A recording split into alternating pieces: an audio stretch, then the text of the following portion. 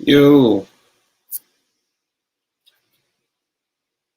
it's so quiet in here. I can hear my heartbeat in my earbuds.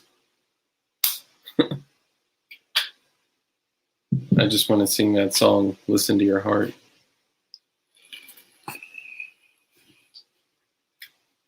It's a dark stream.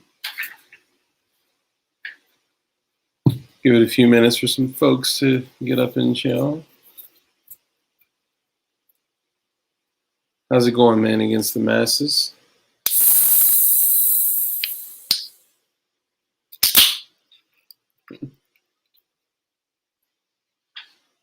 Tok Tongues, Glory Gang. What's up, brother? Mitchell Blake, Gordon. What's popping? Winterscoot. Ooh, we could talk that. I'm down. I'm down with that. I kind of have some theories on the way that shit's going down. I do have some theories that may come up tonight.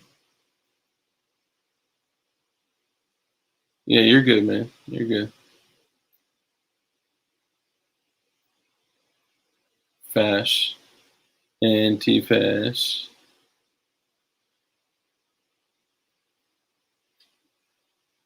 Oh, man. How are y'all doing, man? Yeah, I mean, obviously, like, the focus won't be the doing what I do every night, YouTubing. Isn't that crazy? That's what our world's become.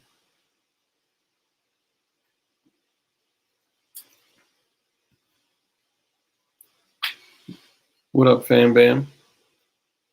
What up, Telheart?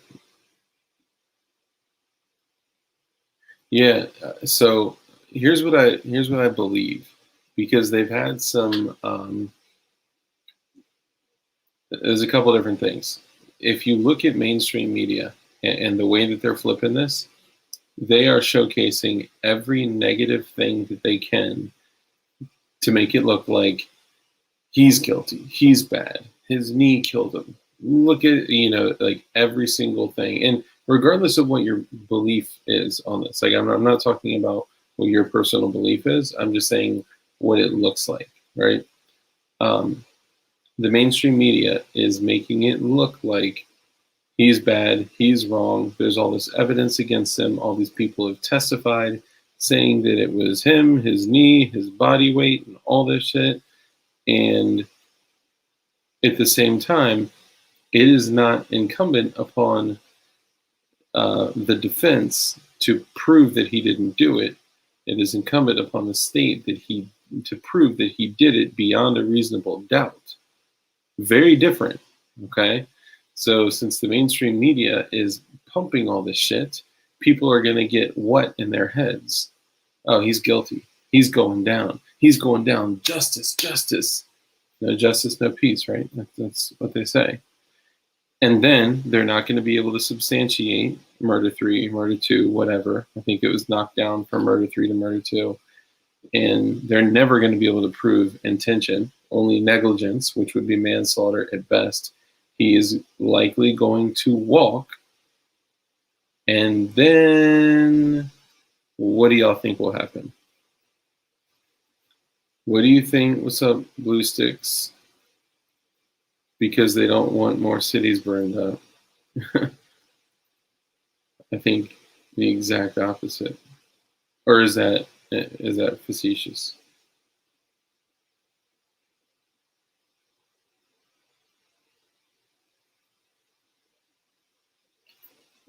Riots.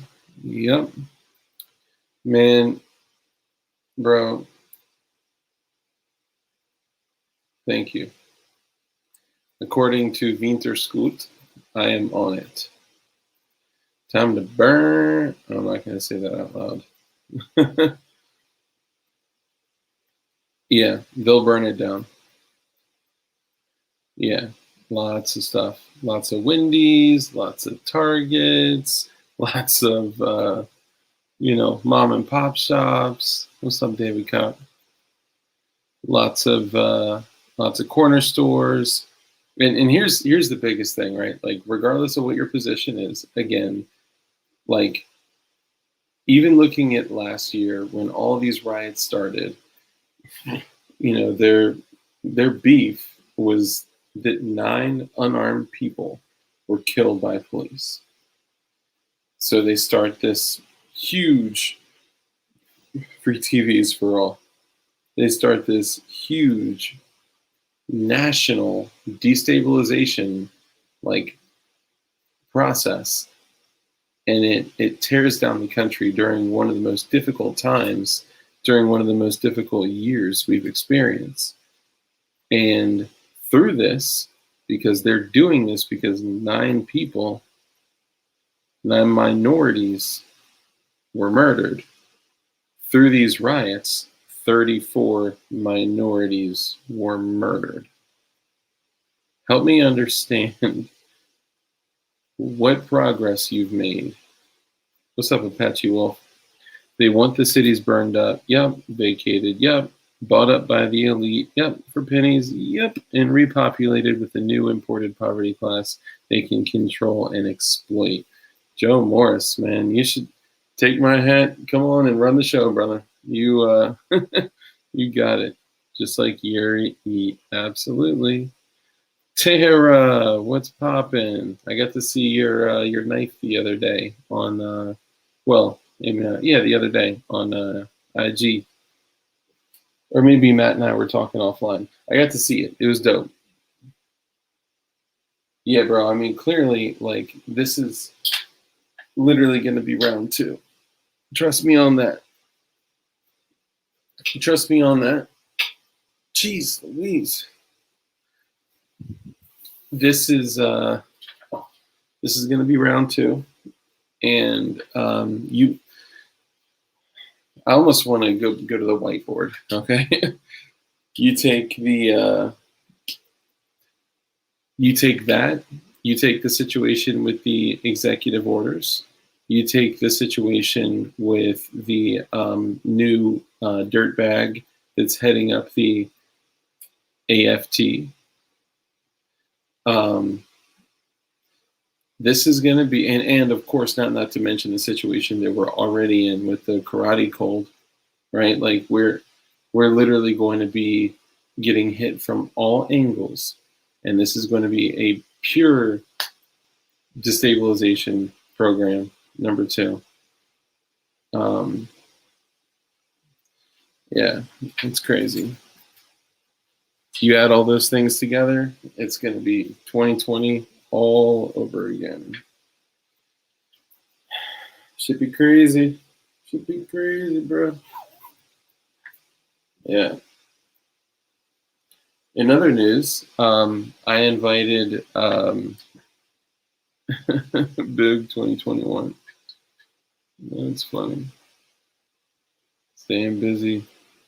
You are staying busy, brother.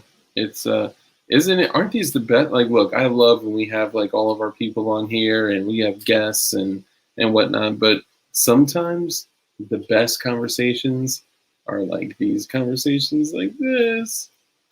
I noticed that the end of the trial is right around the time the weather is getting warmer. Yeah, that's interesting. I did find Detective John Kimball, and we just, just he wants to keep his privacy, and I respect that. So don't give him shit or anything. He's a good dude. I mean, he was gonna do it, but he was like, you know what? Just to play it safe, I'm gonna, keep my privacy because here, think about this. So we're like, oh, dude, let's start doing more like viewer guests, right? Like, we do guests like whatever, but let's just start doing more viewer guests, and then reach out to a bunch of viewers, and all of them are just like you and I, where we're like, I don't want my shit out there. One person I talked to was like, I'll come on, but can I wear a baklava, sunglasses, a hat, and change my voice? It's like, damn, like, why come on, No, I mean, honestly, like, we're all similar, And Juan guest appearance, hell yes. If you can find Juan, which I think I have a guess of who he is, like current day Juan with a new username. But I'm not gonna say it because if I'm wrong, y'all are gonna like, you know, destroy him.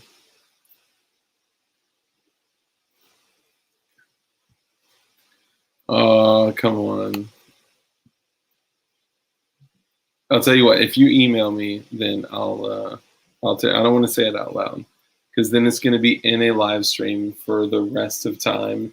And then, yeah, it'll never, like, people are going to be coming back to this stream. People are watching streams from like months ago, right? Like, I look at the analytics and, like, you know, yeah. Um, oh, this is great. Life is great. What was I going to say though? Oh yeah. So do you guys get what I'm saying though about how like even someone said it on the internet, must be true. Yep. Just like PWEDC. Oh man. We have a lady in the chat, which I don't necessarily know if Tara Triplet is actually a lady. What I've learned is that most male names end up being chicks. And what's up, G Man? And I fuck it, I'll just say it. I did get a message from him today, and it literally just said, "I am fine, Dark." So he's alive and well.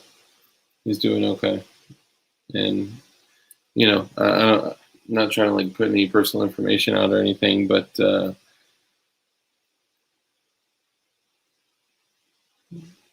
he is alive. He is alive. And I was torn to even say that. I don't want to encroach on his privacy or anything, or, you know, howdy doody. Hold on, let me go back. Dark, did you see CRS did a video about a gun to PWEDC today? Haha, must have watched the PWE. He actually did watch. He came in to the Prison Wallet. Well, I think there's a couple Prison Wallet EDC videos now. I don't know if I said hi. What's up, Fairchild? Okay, now I gotta. What kind of gun was it? Because I may have gotten the alert. I just been fucking busy, man. Dude, I don't. Hold on. The type of shit I see on this shit is fucking just disgusting. We were supposed to be dropping our first like recorded video today. Well, you know, our first like real recorded video, but hold on. Oh, I guess my local ATF agent showed up. I got one thumbs down already. It's okay. Let me see. Where's CRS? Hold on. Oh my God, the H2O. Are you talking about the H2O? It's that single shot 9mm that looks like a chef's torch. What? No, for real? I didn't see that. The only one I saw was, so I was on his live stream the other day.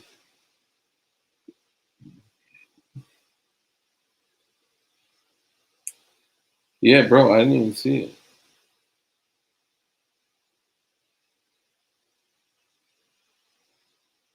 Damn, I gotta look into that. Oh, Goy, thank you, brother. I appreciate you, man. Top of the evening to you, laddie. Who's gonna hit the 5.56? The deer gun. Thank you, just your average Goy. I hope that thing that you didn't purchase works out forever and outlives both of us. Hold on, definitely my phone. Let me go back. Oh, it's not a video, it's in community posts. Okay, I'll go back and look. Thank you.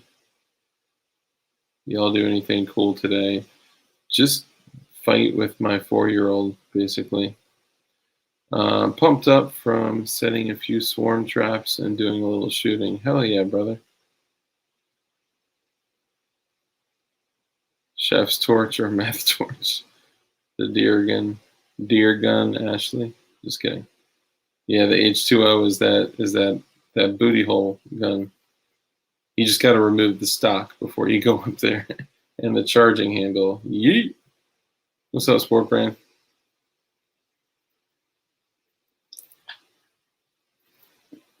Yeah. So, are y'all tracking with me though? On dude, I know we. Swear to God, I was just talking to who the fuck was I talking to? Oh, I was talking to a Goy, just your average Goy, and a bee was in my car. Well, a bee, and if you're shopping for a 3D printer, I got a link for you, brother. Last time I was on here, because I was so tempted to pull the trigger, and all y'all go ahead and make your 3D printer dark jokes, okay? Hold on. So the dude that made the hold on. Yeah, we'll get back on that because I think we got to repaint that picture for the people that have just recently joined us. And y'all don't stick around too long. I can't get the viewership too high because I only have one more blue chem light. Okay. Hold on. Dang, girl. Sorry, hold on. I gotta go on Facebook to get this. I'll share this link with you. It was literally like, at that time, it was like $157, but I am pretty certain it has gone up since then. Oh, Grand Thumb. I don't want to talk about it. Hold up. Okay, he's on here. I'm sorry, guys. I'm not looking at chat right now. I'm gonna find this. And actually, you know what? Here we go. I'll just share it with everyone.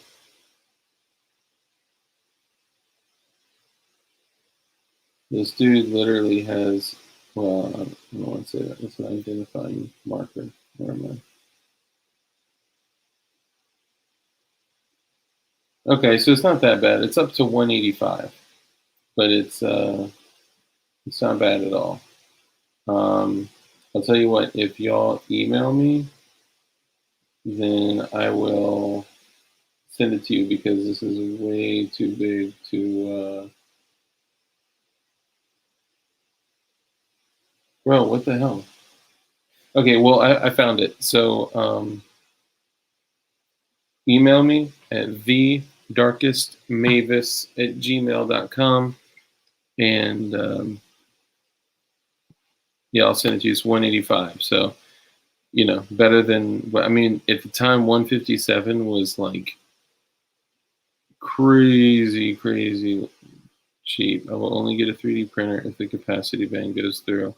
Yeah, but bro, think about that. Like, yeah, that's like saying, you know, I'm only going to start, you know, making gasoline if, I don't know. You know what I'm saying? I can't think of anything witty. I'm drained. Oh, I'm only going to buy an assault rifle if the band goes through. Like, at that point, it's going to be like, you know, ridiculous, right? Like, so I worked in the firearms industry right after Sierra Hotel happened when Obama was in office. And man, I'm telling you, ARs that were $600, $700, $800 were selling for $2,000 to $2,500. Has anyone heard from Dugan? So yes, I did share that I did get a message today from Dugan, and it said, "I am fine, dark." So he is alive and well, spending time with his family, doing his thing, and likely to be gone for a very long time or to never come back. But he's never come back. I'm not saying he's going to come back here. I'm just saying, like, shit, bro. I had, what's up, Montana? I haven't. I'll holler at you after the stream about it, though. So hold on. So when I was working in the industry, I got offered a Mac in 380 for $2,800, and I did not purchase it. A buddy of mine purchased it, and I know he is, and I think he is. He is a strong-willed individual, man. One of the strongest people that I've ever had the chance of not meeting. How much is a Cobra M11 semi-auto worth now? Semi-auto? Shit, man. I don't know. Probably like $600-700. Dude has one local for sale on maybe.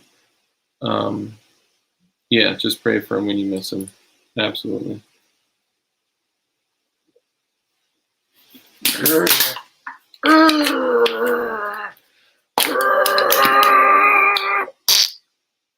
Just kidding. That was my mouth that made that noise. My fart noises are on game.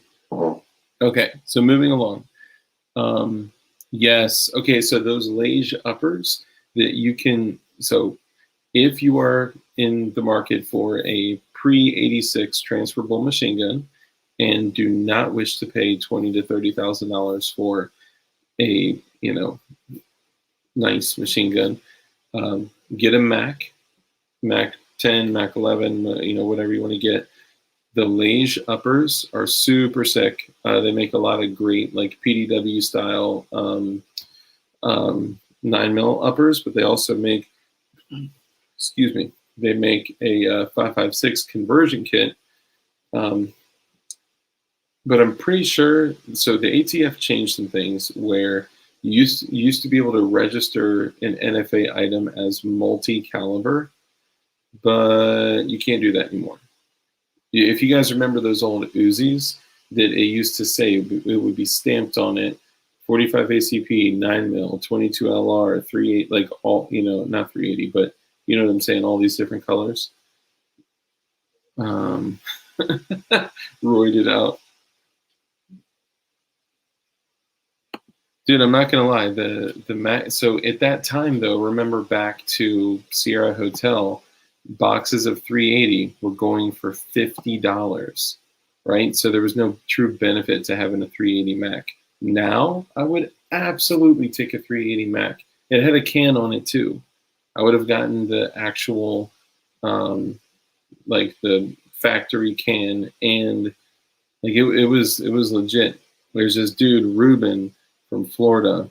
I forgot the name of the machine gun shop, but he essentially just sells machine guns, and he has like Macs that are in the plastic from like the 80s that were probably bought for $75. I would have been more impressed if you smashed it on your forehead. I almost did, but remembered that I have like appointments and have to like run a business during a weekday, so I don't want like a big like circle right there. I guess I could have done on like the skull. 41 Auto Express. That's right. Yep. 41 AE. Yep. Yeah. There. Oh, so here. That's what I was saying. So, and then I'll get back to beekeeping, because Goy and I were talking about that. So they realized that people were, kind of taking advantage, and as opposed to paying $1,000 for 5 tax stamps, they were paying $200 for one tax stamp, and then putting multi in the caliber section. Can't do that anymore, at least as I understand it. So you may have to either update the ATF with like a Form 3 or 5 or whatever it is, and just edit it or whatever. Yes, that is called the Ruger AC556, Alpha Charlie 556. And that is perhaps one of the most versatile, coolest machine guns that exists that doesn't take AR-15 magazines. If it took AR magazines, oh my God, it would be like, literally, like, all I can think of are terrible things to say that, I mean, good things to say, but it would sound terrible. Yeah, it would be orgasmic. Okay, so the other day, I was on a communication device with just your average goy. You'll see him here talking about one of the coolest machine guns that ever existed. Because the AC556 is, and I actually found one of those for like $12,990 something dollars. Almost got that too. Then I remembered I'm just a mere mortal and whatevs. Anyway, you can fire it. It's got safe, semi, 3-round burst, and full auto. And it's set up like the Mini 14 selector switch. It's so sick. I did see Mitchell Black in here a minute ago. Okay, so I was on the phone. Well, I was communicating with I don't want to say I was on the phone with you guys because, I would like to be the first to be targeted over some craziness. And, I don't want it to sound like we're communicating outside of this format. Then you'll get a. So I was on a communication device with just your average boy. And we were talking, and there was a spider in my car. So as I'm freaking out over a spider in my car, not freaking out, but like pissed off trying to find it. And I look to my right, roll down the window, roll it back up, and I see a freaking honeybee on it. And I was like, what the hell? So I start like tripping out, trying to get the bee out of there. Like, what am I going to use? And he's like, dude, don't kill the bee. The bee's good. And then we got a conversation about having a beekeeper come on. So I can't recall who exactly, but wasp honey. Is that even a thing? I've never heard of that. Is wasp honey like bull milk?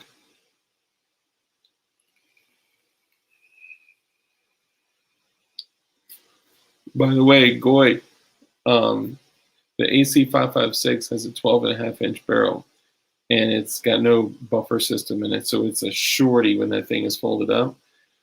Well, there's an aftermarket company that started making those stainless Mini 14 stocks that fold with the robot foot looking thing, just in case y'all may know what that is. Said, yeah, bull milk for sure. Yeah. Oh, so if I can find this link for the aftermarket stock, it's literally like precision CNC machined. It is like beautiful brushed stainless. It's incredible. And the guy is only selling it for like $165. The whole kit, all the hardware, everything. So the first thing I would want to do is wasp honey is real, as in real gross. So I would actually love to get like one of the post recall Mini 14s. God, I would love to find a way to convert it to fire PMags, but whatever. And then put that stainless. So it would have to be a stainless barrel, stainless action, because those are beautiful. And then get the side folding stainless stock with a little robot foot looking thing. And then, all right, Jay-Z. Hold on. Just your average goy again with the 5.56. You came in with a 2.23 and said, "Who's going to do 5.56?" And then you do it. Thank you, sir. Everyone hates on the Mini 14, but I know 6 Fed boys that would tell you how rad that gun really is. Oh no! You know, if they were here to see their kids grow, oh God, damn, brother, that is, yeah. Everyone knows about Miami. It's a fun town. Fun town. There's a nice place there called Pork and Beans, and everyone there is very wholesome. Yeah, that was a brutal shooting, and man, I'll tell you, and thank you, Goy, for the 5.56. I appreciate you, brother. Got several Pro Mag Steel 20 rounders for my Mini. They run reliably. Hold on, yo, stop the press. Everyone, stop. Joe Morris has Pro Mag products that function. Okay, all right, hold on. Let me stop all these federal agents in here that, you know, because on the side, you know, I work a full-time job, I, you know, raise a family, I run a business essentially, and I also volunteer to head up Wild Court, and I stream for 12 hours a week, and I have time to do ATF raids apparently on the side. So take a note, you guys, okay, everyone, Pro Mags are good to go, okay? So next time we qual, we're going to have to run Pro Mags. 3-round burst is gay. What? Bro.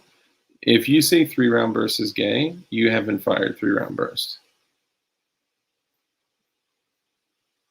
But he didn't say perfectly. He said they run reliably. My mags are all Blackhawk.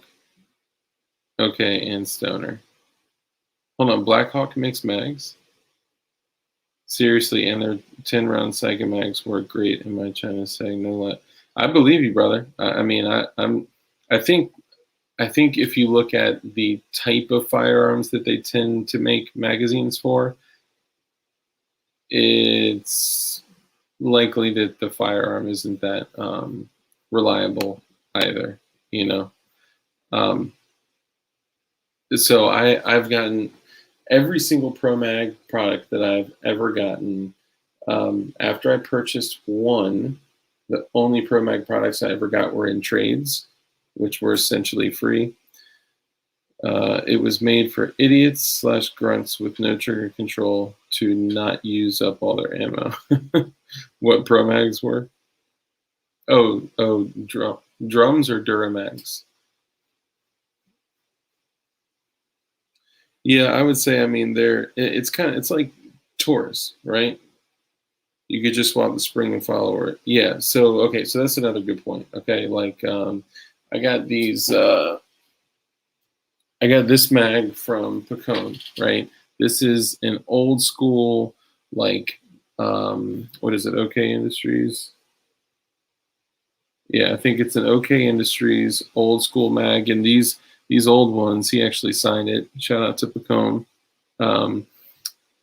These old school mags were like anodized in a way that when they age, they turn like this goldish color.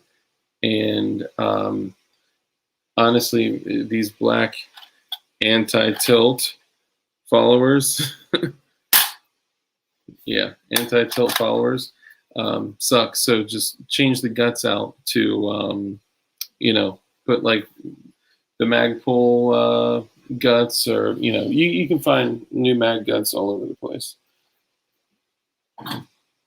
Speaking of mag guts, oh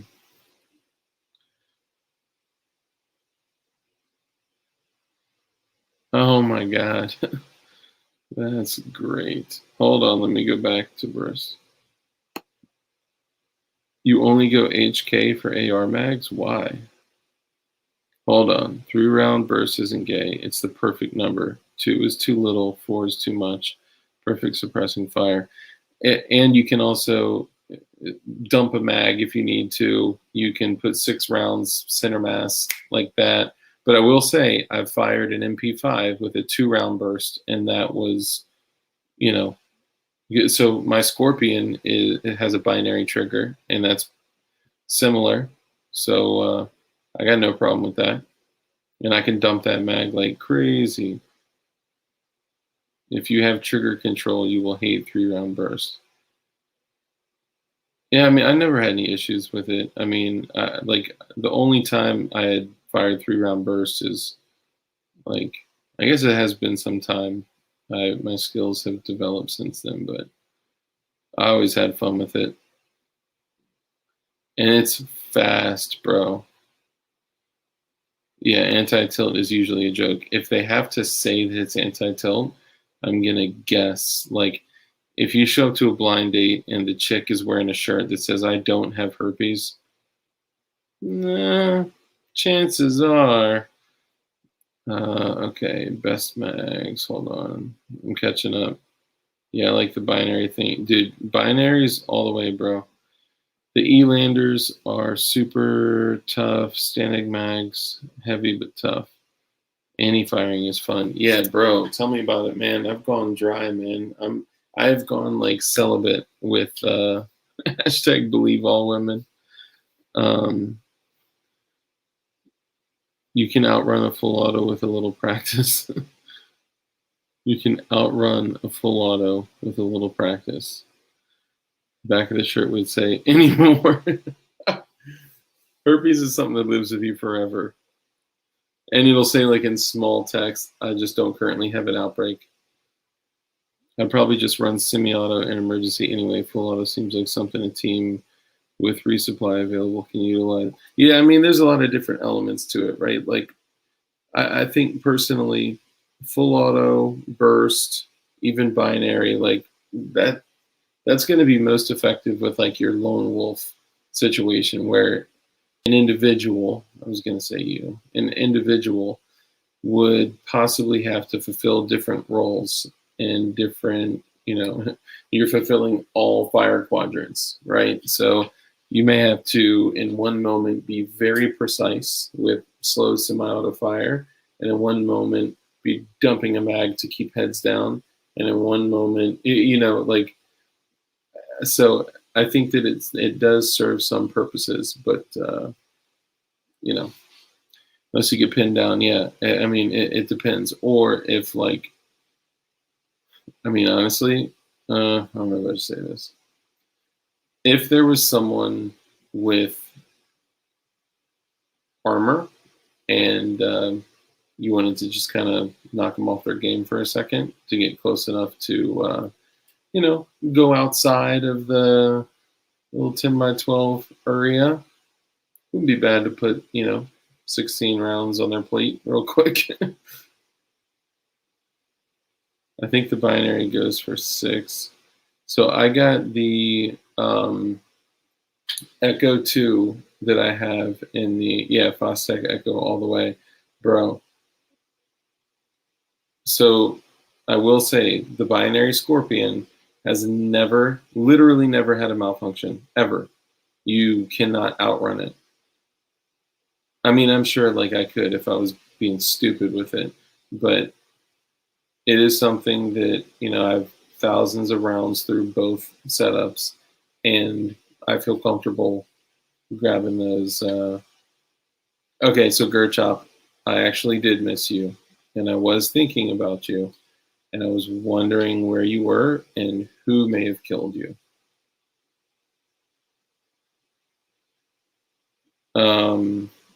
My Fostech Echo I got for like 270 before the craziness, and I mean, I personally I would pay 450, 5. It's worth it. The Franklin Arms binary trigger for the Scorpion, I think I paid like 429 for, and it is worth every single dollar, just to have the choice, right? Like the binary trigger in the AR is, even in just semi-auto. I mean, it's all semi-auto, but even in just semi-auto without flipping over to the binary setting, that trigger is literally the lightest AR trigger I've ever pulled in my life, next to my Geisley. It shits on my Geisley. Everyone give Gerchop some love, man. It's good to have him back. We missed you. And I know all the Geisley fanboys are going to talk about how bomb-proof their nutsacks are, but just, bear with me.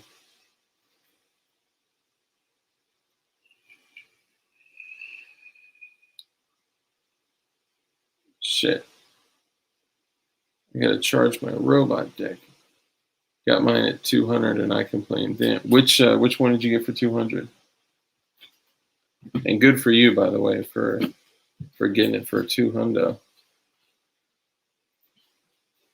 The one I got, so this was like before all the craziness. This is probably like 2-3 years ago. Like when I guess they were a little bit TM. Damn, brother, where you been at? I don't think I'm out of juice yet. I rarely am like out of juice. It's just my tank is out of juice. Damn, TM is in the building. TM.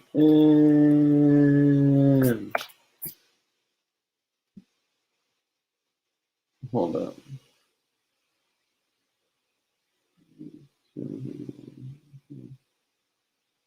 Oh, yeah, sorry. That was one I already got. Yeah, so if you are looking for that Creality Ender 3, I'll actually show you. 185. It was 157, but I think all the craziness, brought it up. So if you guys are interested, just drink the juice. Yeah, it is healthy to drink massive amounts of nicotine. That has never been a problem. Okay, hold on. We get a serious question. I was watching your channel yesterday. Whose channel? My channel? Oh, hold on. We got to talk about Bushnell. Huge development. Okay, serious question. For a world without rule of law scenario, would you want a light trigger on an AR-15? Because I have a story to tell you that made me feel like 3 pound is about the lightest I'd go. Hold on. Thoughts on Control Pew? I mean, I don't have any like direct experience with Control Pew. I think, and I'm literally just guessing. What's up, Jamie?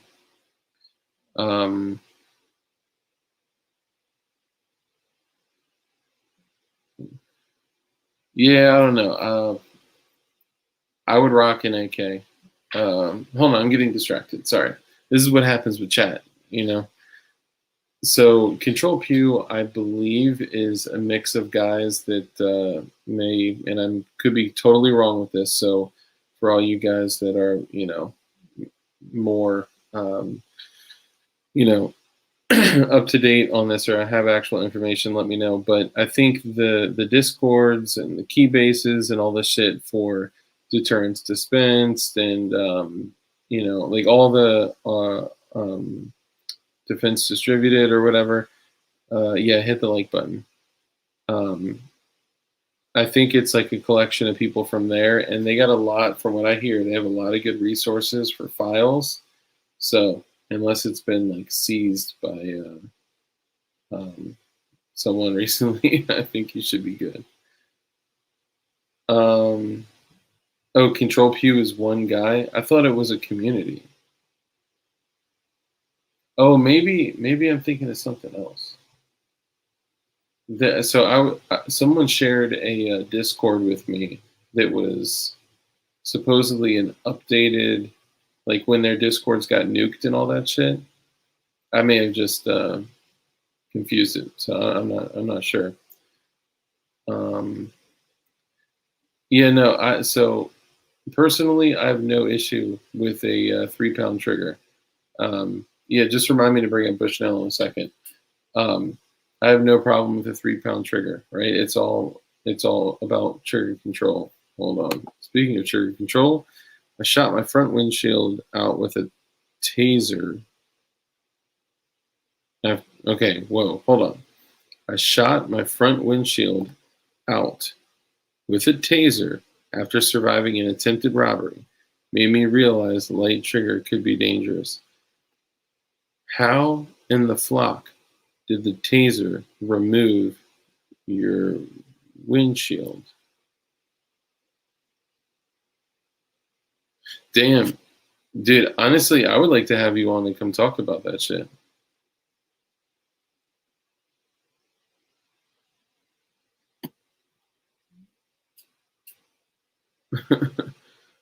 Airsoft PBS4 replica.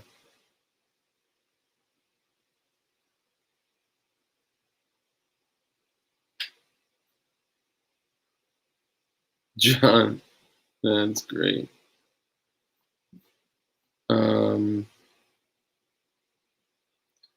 So let's take a vote. Anyone who wants to have Goy come on to talk about his attempted robbery that he survived. What do you think? 1 through 10? A plus? F? I think that'd be pretty dope. I had a poaching accident similar to that. I mean, I've had an ND before, right? But the ND wasn't because of a light trigger. The ND was because of the thing in between these two ears. I kicked out the windshield of my college buddy's Geo Metro wearing flip-flops. Bro, that is so hard. A plus 10. Guys, some of the things that you may be saying, even if you delete them, are recorded and are here forever for the rest of time. Even if I immediately delete this live stream, it will be available and accessible forever on Internet Archive. Always. All right, we'll get some Goy. All right, Goy, you've won. Okay, from the passenger seat. Oh, from the inside? You kicked the motherfucker out from the inside. I guess it's easier from the inside, wearing flip-flops. That's some go hard shit right there. I rolled my car off a little cliff into class 4 rapids in the middle of nowhere. What? What did you, like, Jason Bourne out of that shit? Like, cut the seatbelt and, you know, take a breath and crash the window and like, how? I'm about to have terror on this. Well, I don't know if you'd be comfortable with it. I got punched in the face trying to stop a guy from stealing a tall boy when I was a clerk. Sorry. Honestly, though, getting punched in the face is probably one of the most important things you could experience as a person. I would ask, like, if you're okay, but I guess you're okay. I stubbed my toe really hard the other day, so I go hard too. Okay, all right, let's get them on. Yeah, I want to hear the rest of the story. Taser, robbery, and I confirmed the 3 pounds is too late of a trigger. I gotta know. Yeah, so I'll let me get this fired up. It's so funny because literally in the title I put Dark Stream Weekend Flow just chatting, and then I was like, you know what? You never know what could happen, and I added that. So you never know what could happen. Damn, it's brutal. I mean, being in an accident like that is brutal. Goy, let me know when you're ready, brother, and I'll shoot it over to you.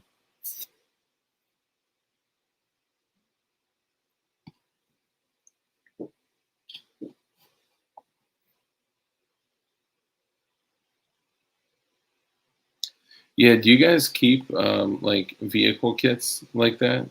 Like, do you keep like I mean, at least a knife, but if not a knife, like a seatbelt cutter, like, you know, do you keep a glass breaker or, you know, like a punch of some sort? Do you, you know, those kinds of questions? Hold on.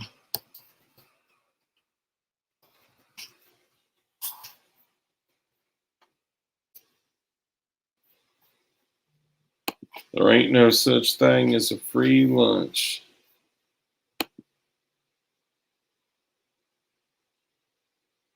Whoop. Whoop.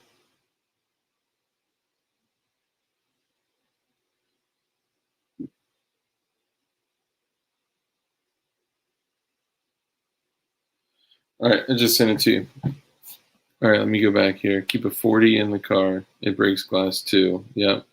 And if you shot like 7 times, like you could get through a seatbelt. Just don't like plexico yourself. All right, hold on. Let me go back. Oh, Bushnell. Okay. All right. Let me go back here. Keep a 40 in it. Hold on. I will tell you all about Bushnell. Yeah, definitely keep a window punch in your car or a firearm that can work underwater. Give me 1 second, Goy. Oh, look at that stash. Look at that sweet, sweet stash. Oh, that's great. Okay, so Bushnell. How the fuck am I down to 9% battery already? Really? People? All right, y'all, I gotta go. I'm just kidding. I'm gonna plug it up. What's up? I mean, dude, you look different every time I bring you on the stream. Well, my freezer got unplugged, my deep freezer. So like all my meat that I was hunting this whole year got turned into liquid, and I had to put a respirator on. Oh man, that's unfortunate. Yeah, so I had to get rid of the goatee. It wasn't sealing right. It smelled like shit. You know what though? That's some fucking go hard shit. You're like, you know what? Got to get some shit done. You ain't, you know. Hey, check it out. My dad bought me this shirt. I find your lack of ammo disturbing. That's hilarious. Hold on for 1 second. Oh no. Which plug is the Dremel? And which plug is the tube? Okay, hold on. Oh no. I'm running out of plugs, bro. Hold on. I'll switch this and then switch this with this. Hopefully I don't get zapped up in this mug. Yeah, I got my, you know those, whatchamacallits, they are wireless or cordless dehumidifiers for the safes. I finally pulled them out to plug them in and like cook all the moisture out of them. And, you know, so I got like all these plugs that are already like usually all taken up anyway that have extra shit plugged in, and they're just hanging up like cooking in my gun room. So, okay, so really quickly before we jump into your Blazer, Taser, Razor, what's up, Zalpao? Are you reading my whiteboard? Oh, shit. I knew I should have deleted that shit. Yeah, don't zoom in on that, okay? Okay, Bushnell. Okay, here you go. For all of you that may be hesitant to get a, really quickly, I reached out to somebody from CATI Armor to invite them on the show. So I may be able to get someone from CATI Armor to come on the show and talk about their shit, their press, how they make it, how like their patent, how like all that shit, which would be super dope. Haven't heard back from them, but I just sent it out like, you know, recently. Words of the Noe stuff, must read. Okay, so Bushnell is when you're looking at excellent, great, good, average, poor, shitty, terrible, trash. It's probably in like the average to good area. Maybe. Would you agree with that? I like the fast fire. I think that's a pretty cool. Oh yeah. For setup. For average, just good. I'd say that that's good to great. A Burris fast fire. That's it's not. Oh, that's Burris. My bad. Oh yeah. This is Bushnell. So Bushnell makes very affordable optics. I'm sorry, I thought you were comparing the two. No. I think I made a mistake, but I think Bushnell has a good warranty too, right? Like you send it in. Probably. You'll probably need it too.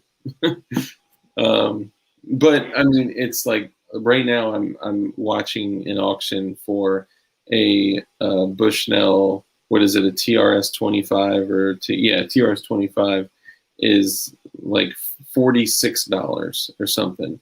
So it's a good clone of an Aimpoint Micro T1, right?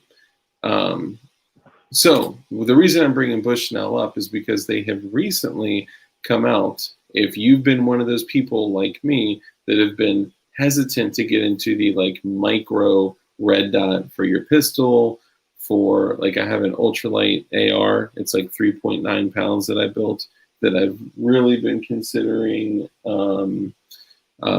putting a very small, very light red dot optic on it. Well, Bushnell just came out with a super duper ultra micro red dot that is $100, and I forgot the model number, but it ends in 100. And then there's another one that's like a 250 that is a little bit more expensive. I think it's like 150 or maybe $200. But what's up, Armitage? Oh, Armitage, did your package come? Oh, bro, if Armitage's package came, I'm going to come as well. Hold on, let me track it. I bet I can track it before he responds. Well, while you're waiting, I got some of that caddy armor, and I like it like a lot. It weighs a lot less than my AR-500, and looking at the torture tests, the AR-500, they overbuilt it. If caddy can stop all that stuff that they're shooting at it on YouTube, AR-500 just went overboard and added an extra 2 pounds or something. It's kind of ridiculous.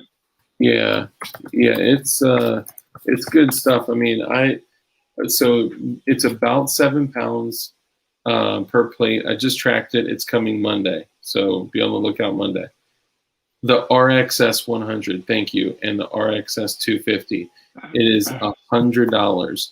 Dude, you can literally get that thing and throw it on your Glock. You got to get the right plate.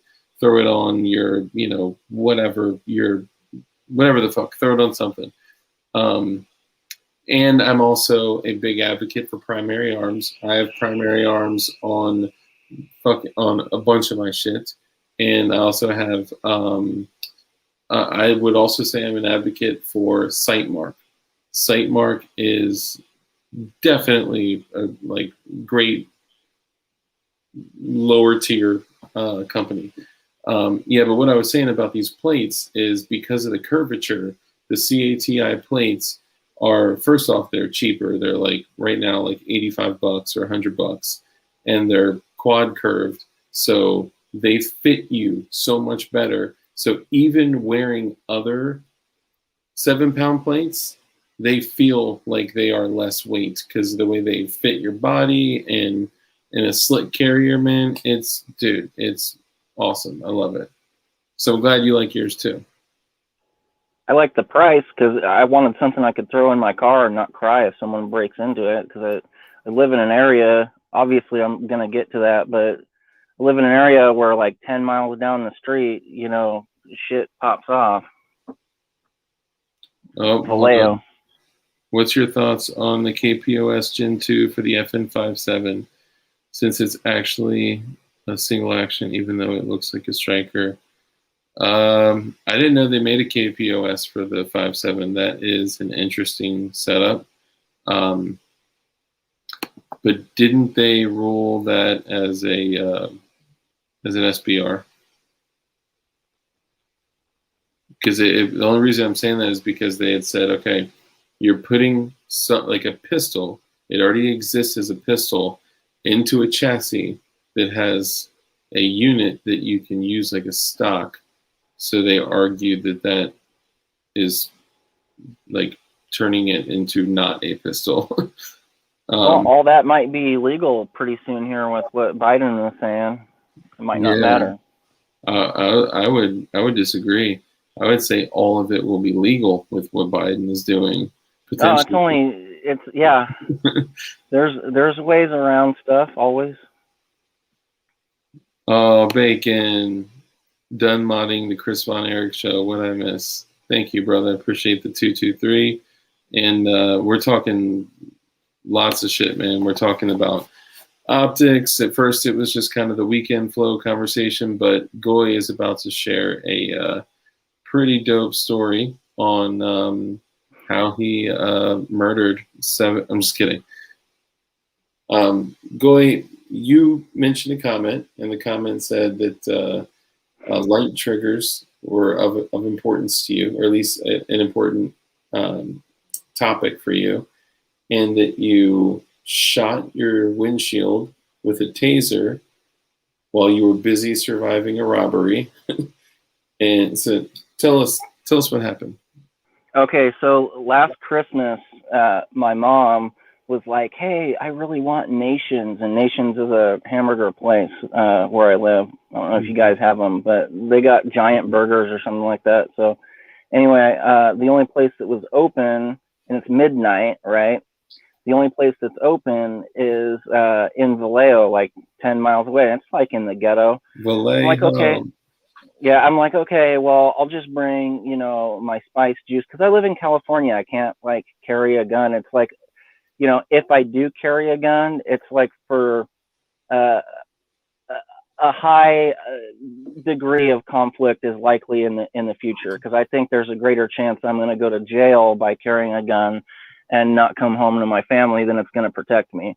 Yeah. So anyway, I had a Taser Pulse, and I love that little thing. It's like super compact, and you said the Pulse? Yeah, Taser Pulse, and it works. I shocked myself in the leg without the taser just to see if it worked, and I've been shocked by. Yeah, I've been shocked by drugstore tasers that were like 1,000,000 volts or something. And this one, I don't know what it is. I think it might be like 50,000. I'm like, so I could definitely take this. And 1 second of that thing, and it felt like my dick was gonna fall off. Like it paralyzed me. Like seriously, whatever it is, they got it right. So anyway, I put it in my sideband, and I'm just walking in. I get my food. It was Christmas time, so I actually like went and bought a burger for a homeless guy, and I was talking to him. And then a car full of people pull up, and they're young. They're like maybe 18-year-old, a 17-year-old or something like that. And he's got a bunch of 1s and 5s. And he goes, "Oh, Merry Christmas. You ever seen this kind of money?" I was like, wow, that looks like you took like grandma's $80 and turned it into 5s and 1s. And they're laughing. Then I noticed there's someone behind me walking back and forth. And I was like, oh shit, I know what this is. So I got the taser out, but I kept it hidden, and they popped out of the car, and I pulled it on. They thought it was a gun because all they saw was a light and the laser or whatever. Yeah. And I was like, get the fuck back in the car. There were so many of them. Like I knew once I popped one of them with that thing, it was going to be bad, right? Like I'm going to get my ass beat. So anyway, they didn't draw fire. No, they didn't have guns. They were going to beat me up. Okay. They were going to beat me up and take my money or whatever, steal my car or whatnot. If anyone's ever been jumped before, like that can turn into like grievous bodily harm and or death. Oh, sure. So like I'm just acting like this is a pistol. I'm making sure the light is in their face so they can't identify it. I'm like, get the fuck back in the car. And then the guy behind me starts coming up, and I pull it back on him. I'm like, get the fuck back. And as soon as he got back like a couple steps, I jumped in my car. Sure. And go ahead. I was just saying, what's up to CRS? Oh, what's up, CRS? Love that show. Anyway, I jumped in my car, and I grabbed the steering wheel. And as I grabbed the steering wheel, the taser pops off and shoots 2 prongs into my windshield, and it basically made just a complete crack across my entire windshield with 2 perfect little holes in there. It didn't shoot it out, but Yeah, and as soon as that happened, then they start like kicking my car and throwing bottles at my car and stuff. I just drove out. That was the whole story. But I wish I could say I got in and jumped out and did some kung fu and shit. But no, I just shot my own window out, and Damn. I got out though. I didn't get beat up. Hey, you know what? You got back to your car. You got out of there, even though you put a couple holes in your car. I think you did well, and you knew like to keep the light trained on them, so they couldn't identify what was behind it. That's all big brain shit, man. Good job. Right, but that made me think that like because my heart was pumping, like your adrenaline's going, and it didn't even feel like I pulled that trigger. It's got a really light trigger, but it made me think like, wow, like if I had some like target pistol, kind of like one of those Glocks with a 1 pound trigger or something like that, that could have been like pretty grievous, So when I have my guns that are for self-defense and things like that, I generally just leave them stock, and I might lighten a trigger to like 3 or 4 pounds or something like that. Like my Smith & Wesson M&P, I think that's like a 6 pound trigger. I wouldn't mind it being just a little bit lighter, but I think if like shit was going down, I don't think I only need a light trigger for like real precision work. Like I could hit at 100 yards with a dog shit trigger. So I don't know. I think it's probably better like for safety. I think there's a reason why the military, gives you, I don't know what pound trigger they do, but it's not 3 pounds. I can tell you that. I mean, maybe SEALs get to put some fancy trigger in there or something like that. But well, I think like actually, now that you mentioned that, hold on. I want to show you all something to see if you guys have ever seen this before. So I haven't done any like research on it, but so for my Glock triggers, I like going 3.5. But most of you probably know that if you just throw in a 3.5 pound connector, it doesn't actually bring you to 3.5 pounds. It just reduces the distance the resistance that you feel, and the distance that it pulls, shortens the reset, and it maybe pulls a 0.5 pound off. You actually have to upgrade the connector, the spring, the actual trigger spring, the firing pin spring, and the spring in the safety that the little elbow pushes up in the slide. So you have to replace all the springs to actually get it down to 3.5 pounds. But tell me if you guys can see this connector. Oh yeah. Can someone look this up for me just while I'm streaming so I don't have to see if this is legit? Because a buddy gave it to me, and it says U.S. Army on it, and I know the Glock 19X, I think, was issued to some like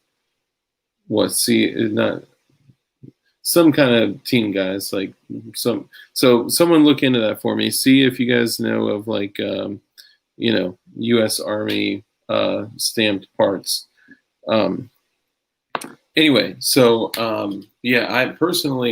I think, oh, come on, don't waste your money on a Glock, bro.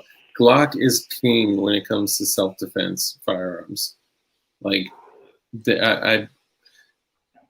and I understand if you choose another firearm, but for me personally, I think Glock is a way to good first gun. Oh, bro. Well, I went with the Springfield XD. My brother had one. I really enjoyed the way it shot. I've shot a few Glocks before, but I went Springfield XD just because I really liked the way the trigger was, and I think it's a better gun. But I just bought 15 Glock mags for something I'm working on in the future, and they were like $13 a piece. My XD, yeah, my XD, they might have been $13.99, but my XD. What would you get, the Magpul mags or KCIs? Yeah, Magpuls. Magpul. Damn, share that link with me. Okay, I'll send it 13. to you when I'm off. Yeah. I would love to talk about what you're doing, and we also can't talk about what you're doing. We might be able to if I decide to go one way with it. Yeah. I don't know. Yeah. If I go the other way, then yeah. Yeah. I mean, I bought the parts. I'll just say I bought the parts to do an 80% lower, which is legal in my state, but I may not choose to put it together because I'm supposed to get a serial number and go through all that. yeah. And I think I might just wait until I move out of the state. But Of course. yeah, you showed me quite a few links, and I went with a Lone Wolf barrel, Glock 19, with the stainless steel barrel, stainless steel slide. I'd like to know what color to paint it, what looks good with stainless steel. Gray frame, stainless steel slide is beautiful. So, Matt, I'll tell you this. If an AR was so good, why are there so many aftermarket parts? You can't compare those two, right? Because it's not necessarily that the aftermarket parts are there to enhance the Glock. Some of them are, but most of them are so you can actually build and customize and, you know, get Gucci as opposed to basic. But I can also take a basic ass Glock out of the box, no questions asked, and literally oh, thanks, Armitage. And literally throw a mag in a chamber around and just, carry it and know that it's going to run. No problem. To be fair, though, there's a lot of guns that run good now. Back in the day, the Glock was like super reliable. I think that's like what it really had going for it, and people just ran with it. But like my XD, I've fired so many rounds through it, steel case, everything, never a problem. My dad has a Smith & Wesson Shield. It runs like a dream. I don't know, like even high points. Gotta say, they run. Damn, John Kimball, how are you going to do CRS like that? He said, don't listen to guys that wear their hats sideways. Give him a break. He just listened to a lot of Blink 182 when he was younger, and probably.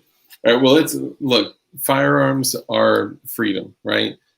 Get whatever gun you want, whatever makes you happy. Personally, I'm a Glock guy. I could have very easily gotten, into FNs, and I actually shoot M&P, the M&P Smith & Wessons a little bit better than I shoot my Glocks. But I'm too fucking stubborn. I got way too much gear that's already set for Glocks, and, I'm not going to change. Plus, I still, I admire SIGs, I admire CZs, I admire 1911s, and it's just, not my thing. Anyway, going back to Armitage, thank you for that info. I'm gonna look into that. So, free men don't need to explain. That's funny. So I'm not free. I don't think any of us are free, but yeah, that's okay. Where was I going to go? Oh, okay. So, finishing your story, you did some shit well, and also, you were in the middle of adrenaline pumping and kind of, going crazy, and you had your finger on the trigger when you grabbed the steering wheel. Yep, I sure did. Yeah. I still had it in my hand because I was like, yeah, if any of them come up to the window, I'm going to shoot at them. But I didn't think it would go off that quickly. I didn't realize that I had a grip on it. So yeah, shit happens when you're in the middle of it, For sure. What's you guys groups look like with your carry at 25 yards? Like 25? Grapefruit size or something. I don't know. Yeah, like 4 to 6 inches. Yeah. Yeah, lacking but lethal. Yeah. Yeah, I mean, so my carry's a little bit smaller than what I may carry in like a WROL situation. Like my 43X, I'm 4 to 6 inches at 25 yards. That may be because of the sights that I'm running, because they are a little bit larger, which I don't have a problem with because I'm using it for, I would likely be using it for closer in work. But if I was like, going to be running the streets, I can hit a silhouette at 100 yards with the Glock 17, and I'm like, that's good enough for me. Anything beyond that is murder.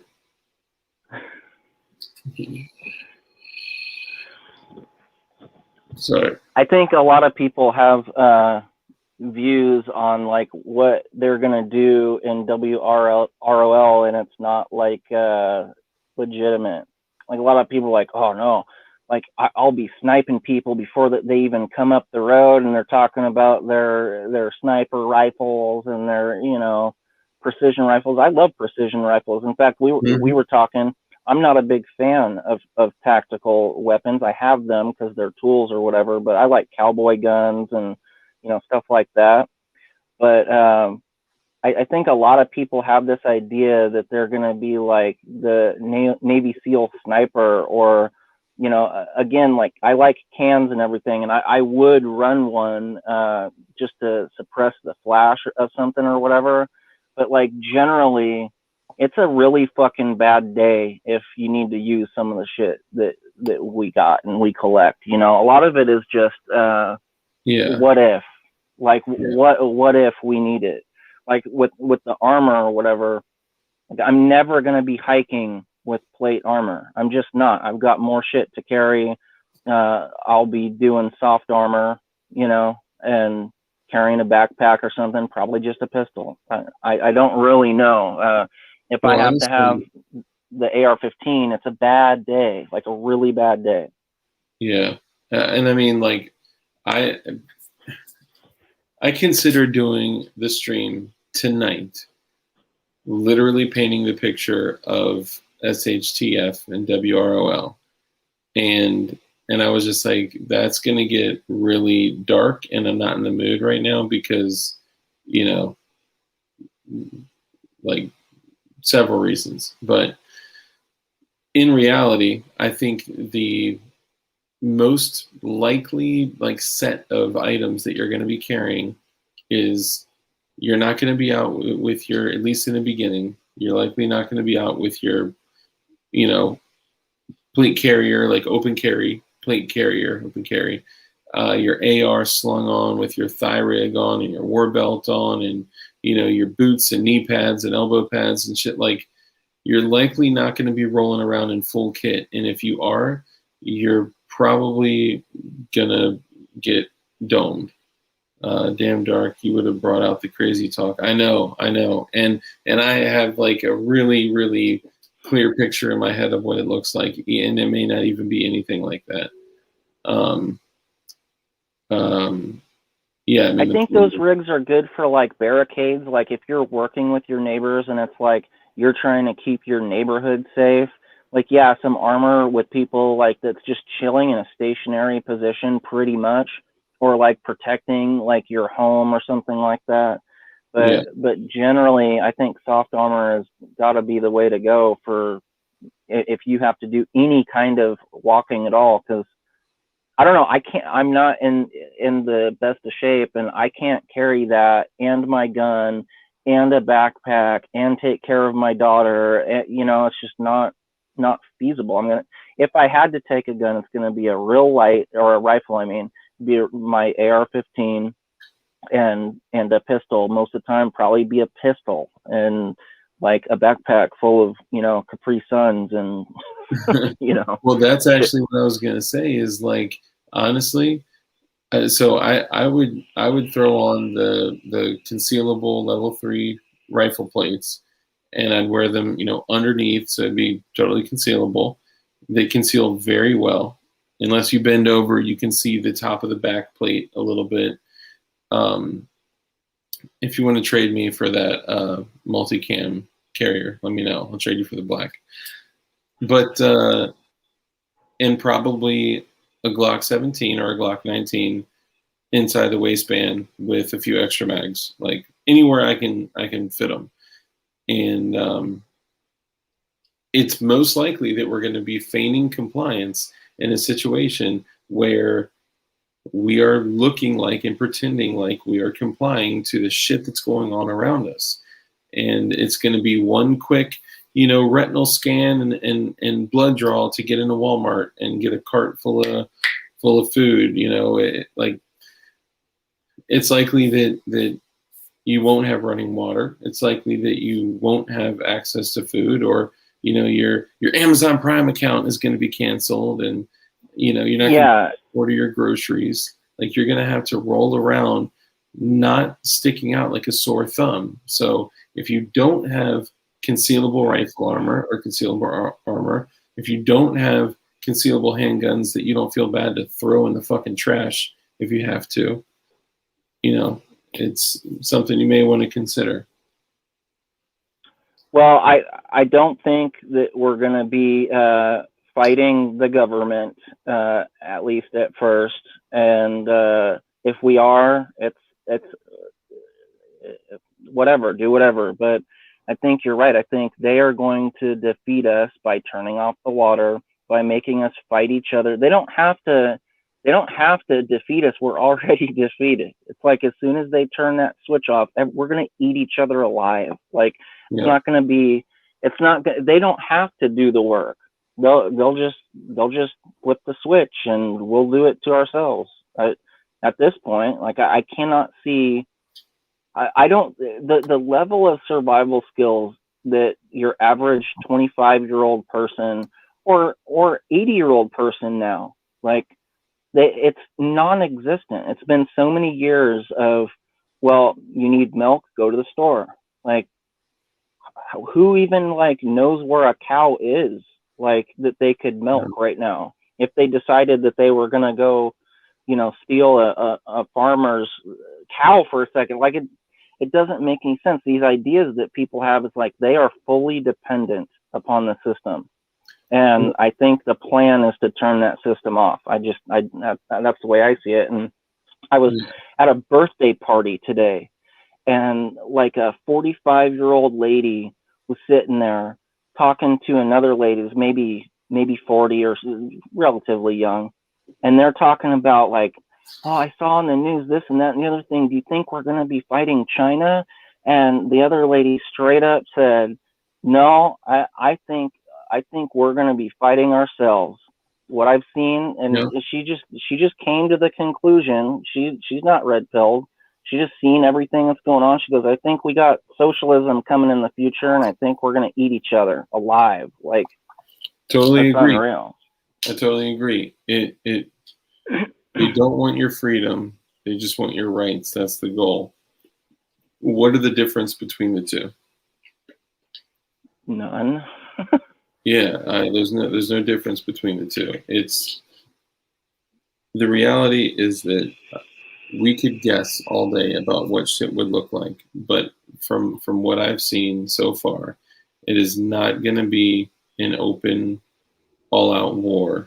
It is going to be the people that they have polarized, the country that they have successfully bifurcated, will be fighting each other, or there will be some sort of existential threat that we will have to go to war with, and in that case, we're going to be wiped out.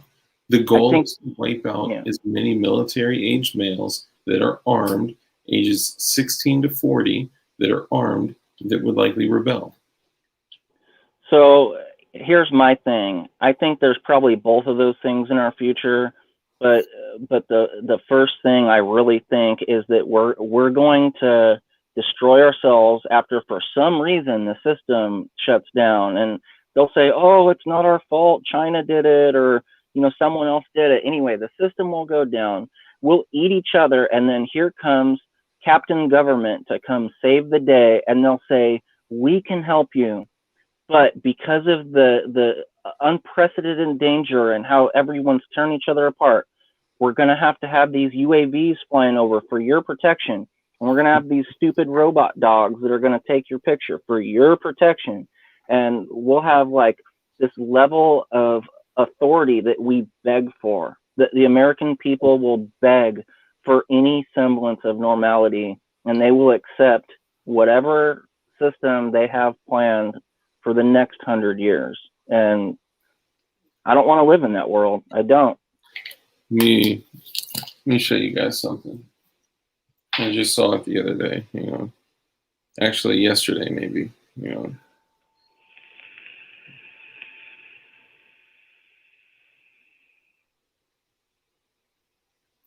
Dude, I pull up fucking Instagram and it's all bitches doing squats.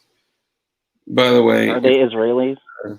If you guys are looking for a dope ass Instagram to follow, this see if you can see it. It says Muzzles Up, and Muzzles Up is my gun page. It's got just a bunch of dope ass guns. You see that Scar 17 with the thermal. Literally, like, definitely not my collection. Just random stuff put together by people that are not me. And yeah, it's called Muzzles Up. Okay, hold on. So something came across my chat, and I have to show you. Okay. Dad, why do people give up freedom for security? Oh, it's called the Hegelian dialect, sweetie. They create a problem. The problem creates a reaction. If there's enough fear and hysteria, people will not only accept the solution that limit their rights, but they will actually beg for it. That's right. Like, that's crazy, bro. It's disgusting, and we've been programmed for so many years now. It wasn't like this 120 years ago, but definitely like we've been programmed since pre-World War I to slowly get to this point where we're just weak and lame and we all suck, and it's our fault. It's like, of course government is going to do what government does. Of course the hats are going to scheme. Of course all these people are going to do these. The corporations are going to try and milk every last bit of your money from you. Why did we accept it? It's because we're weak. Not you, not necessarily your audience. I'm just saying, like, as American people, we're fucking soft. We don't care. We might bitch about it or go, oh, can you believe what the government did? They outlawed this AR-15 in my state. Like, I'm going to go to a free state. Like, meanwhile, that free state doesn't respect Fourth Amendment. They do stop and frisk, and you're like, finally, I can own my guns here. But all kinds of nonsense is going on. We just want to be comfortable, and we don't value freedom as that precious jewel that needs to be guarded. And we don't give a shit. We just want our Netflix and our Pornhub. Fucking pathetic. We don't have to work. We don't have to work. Like, imagine if we actually had like a homestead, and the amount of work that would need to be put into that. Like, Matt and I were talking about this. Like, work was just living, like surviving, and I just think that I know that this is all by design. Like, looking over the last 100 years, like, it's gotten to this point, and now, like, I saw something that said, like, if you're the guy that's going around talking about the 90s, right? Like, I think we do all the time, like people our age, like the 90s was different, right? You are the equivalent to people that in the 90s were going around talking about the 60s, literally, because of the 30-year gap. And look at the difference. Look at the changes within our country from the 60s to the 90s, from the 90s to now, okay? And then, of course, you can go back in 30-year increments prior, and way more notable things happened prior to that anyway. But my point to saying this is that, like, there has been so many specific changes to us to make us as lazy as possible, to give us a microchip, to monitor all audio and video, to make things as easy as possible for us to just be able to click a button and get our necessities, water, food, shelter, even security. They're allowing us to get security, and all of it is out of our control. But it feels like it's all in our control. That's the most dangerous part. And when I was taking all those NLP classes to learn neurolinguistic programming, to learn how to manipulate people in sales and stuff, you know what the number one thing is that gives? So if you're dealing with a very direct person, they call it like a high D on the DISC assessment. Convenient slavery, yep. They call it like a high D on the DISC assessment thing.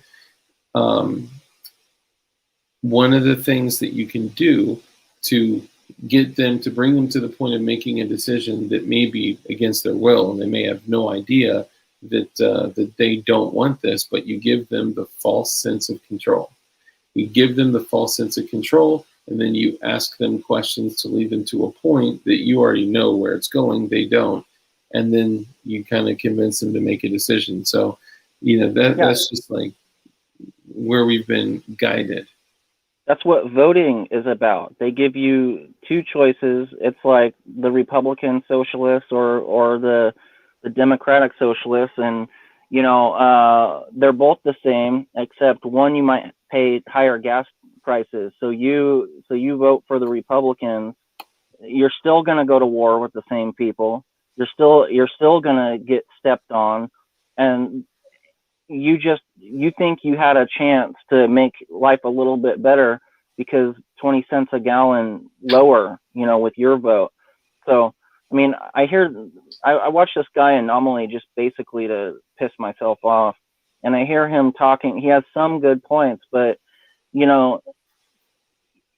still believes in the voting system. And it's like, he says he's awake. He says some of the things that people that are awake say, but then he's like, well, yeah, I support Trump, and it's because it's the lesser of two evils, and I want to make a difference. Like, that is how we fucking got here.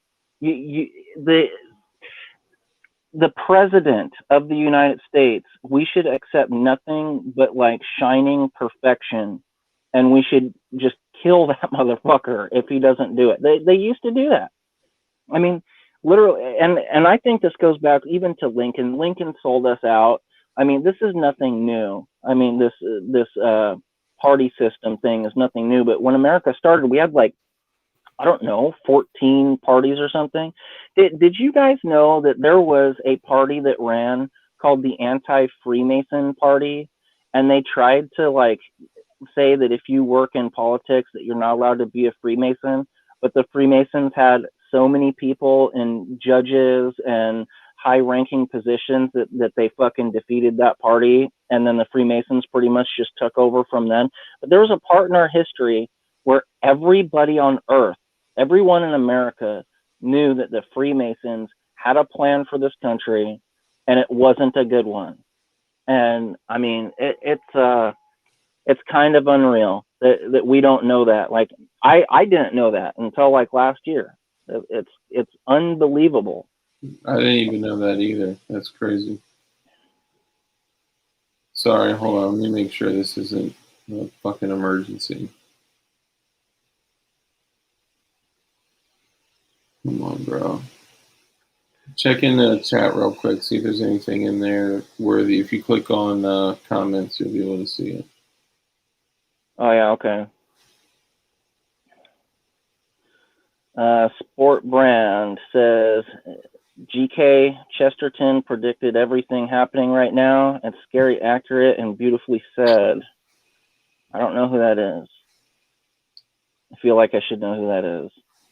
I will say, we have, no matter what people say about anything about this channel, we have learned a fucking lot together. And that's all I could ever ask for. Matthew Tellhart got it. I think Fillmore was anti-Mason Party. That's right. Oh, shit. Woo! Armitage, we should be building our own communities.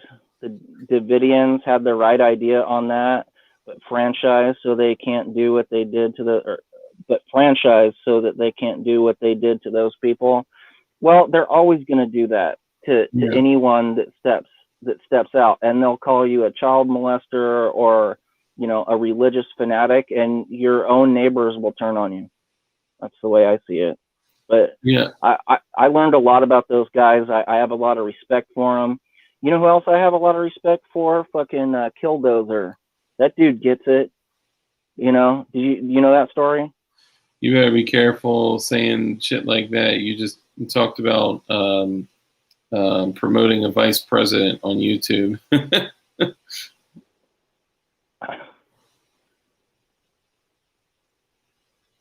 Do you guys know the Killdozer story though? Yeah. Yeah, that guy was legit. I don't support killing yourself though. That's not cool. Guys, be nice to John Rice. Come on, he's been a part of the crew for a while. All right. I'm gonna look that up. G.K. Chesterton. Yeah, I mean, and I get it. Like, at what point do you say like? And let me say this differently. At no point would I ever advocate for any violence to, you know, to be called like never. Okay, never. And at the same time, the only time I would advocate for violence is if it is in a moment to save your life. Okay. And I could understand where a man had a line that he said this is not going to be crossed when it was crossed repeatedly over and over and over and over. Then he took it upon himself to weld AR-500 to a to a bulldozer and go to town. Like, I get it, and everyone's got a line. The question is, like, you know, what's the line? What's your line? And you don't have to say what it is, but everyone has a line. And it's not going to be like when people are talking about building communities and we should do this and franchise it, and then they'll go from, instead of going door to door with M4s, they'll go state to state with Predator drones. Yeah. Like, there's no bulletproof way to do this. That they've already bought and purchased and plugged into the facial recognition, and they got them ready to go. They just need the reason. They just need the reason, and you'll give it to them if you do that. That's the thing. Is I think we just need to raise strong children. We need to raise them to believe in God and tell them what freedom is and why they don't have it. And I mean, hopefully down the line things will improve. But I like the message of your channel that you need to self-improve and disconnect one piece at a time from the system, and that's the way to go. I don't think it's gonna stop it. Let me back up really quickly. I'm sorry, and thank you, and I appreciate that. Anthony L. said, "So do nothing." That's not what we're saying. No. Like Goy was just saying, the message of the channel is to slowly unplug and to slowly detach and to slowly change little tiny pieces every single day, and those little habits, and to the point where you can disconnect completely to where you won't have to fight. That is the point. No one is saying we should fight. I'm saying you can if it gets to that point, and we very well may. If these executive orders go through and there is a total uprise in the country, just so happens that it would be during the total uprising of the Derek Chauvin trial, during a pandemic, during when businesses are being shut down, when people are being shit on, when people are, you know, they lost their job, when, like, it's almost like this was designed. I'm just saying that I'm not saying do nothing. I'm saying do everything so you don't have to fight. And I'm gonna speak cryptically here, but You know, a comedian that has a heckler, right? Let's say the heckler is government. If the comedian just tears into that heckler right away, he's going to lose the crowd, right? The crowd is going to turn on and be like, "Oh, dude, I mean, you didn't even like make that funny. You just called them names and just viciously attacked them." And they'll get on the heckler side. But if you win the room, you're like, "Look, you having a bad day, dude?" And then he keeps going and keeps going. You have to, right now, most people love the government because it supplies them their comforts, right? Wait until you win the room, is all I'm saying. Wait until you win the room, and when the moment comes, when that line is crossed, cross it. Like make that the worst day of both of your lives is all I got to say about it. I'm not saying do nothing. I've got my line. I hope it never gets crossed. It's just, it's not do nothing. It's not doing nothing to raise good kids and to teach them and to raise them up to value freedom and then, you know, disconnect from the system. In fact, that is what we have to do, because when the system leaves, it's like you're not going to be useful to anyone if all you have is your rage and your hate, like, and a few guns. You're not going to do shit. You're not going to do anything. Feed your neighbors and make a small group of people when this goes down and when that's necessary. That's something else. You know, you can make things work out that way, but you can't do it now. You can't like start a branch Davidian and hope to do anything other than galvanize the American people against you and everyone like you, you know? You say this, based on what I'm seeing here, you know, a lot of people talking about like, when is the time? When is the time? When is the time? Figure it out. I would break it down like this. Yeah. So okay. So Zalpov, you nailed it, right? Like everything that he said, everything that he stood for, was not fighting. It was disconnecting and providing for yourself and your family and caring for others and having a heart of care, compassionate love, and contribution so you don't have to fight.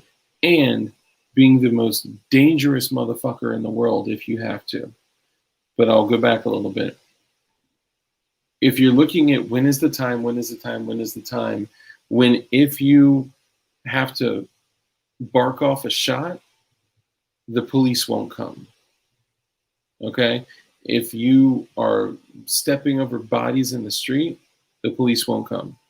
If you are in an exchange and you are literally getting in a shootout going to and from the farmer's market and the police don't come, so basically LA. No, I'm kidding. When there is no rule of law, that is when. And maybe that's too late by some people's standards. It's already too late. Yeah, I mean, what I'm saying is that if anyone were to go out now, you will get shot in the face immediately.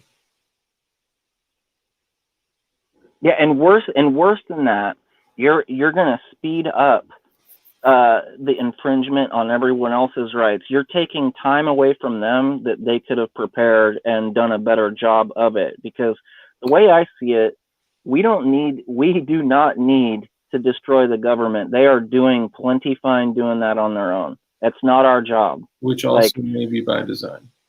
Which is in fact by design, because we have a foreign government taking, you know, the reins of America. We lost America. It's lost. I think we can try and survive it and build something new. Like when it's time. I think that's the play. That's just where I'm from. Yeah, no, I totally agree. Please don't come for gunshots here. So Anthony said, Dugan was talking about teaching us how to use explosives. I think he had something else in mind that he hadn't gotten to yet. I don't know.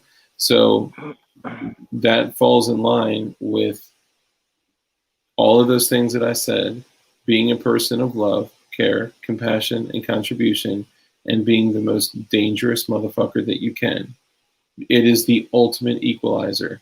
The people have it fucked up that the AR-15 and the AK-47 are the immediate equalizer, and it's not. It's not true, right?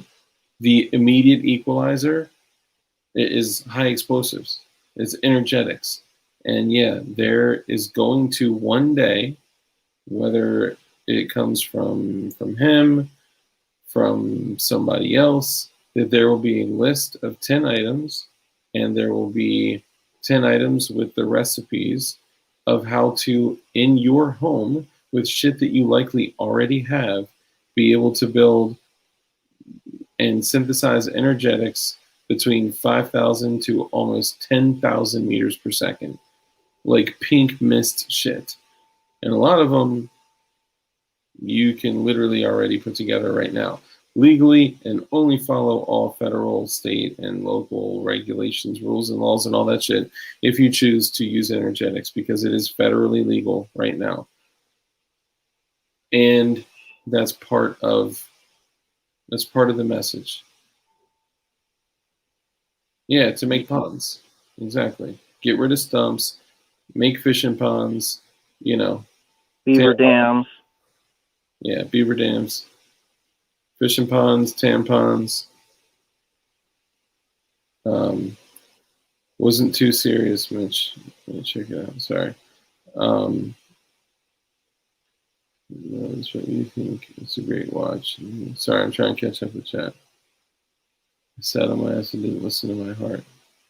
And that, you know what? All this whole time, this entire time, for nearly a decade, I have been prepping, doing what I thought was prepping, because I knew something was going to go wrong. I just didn't know what, didn't know when, didn't know where. And, you know, I just thought, okay? So, and I always thought, just like for the reason that we carry handguns, for those that carry handguns legally, you don't know. You don't know when you may need to use it. So it's better to always have it and be proficient with it.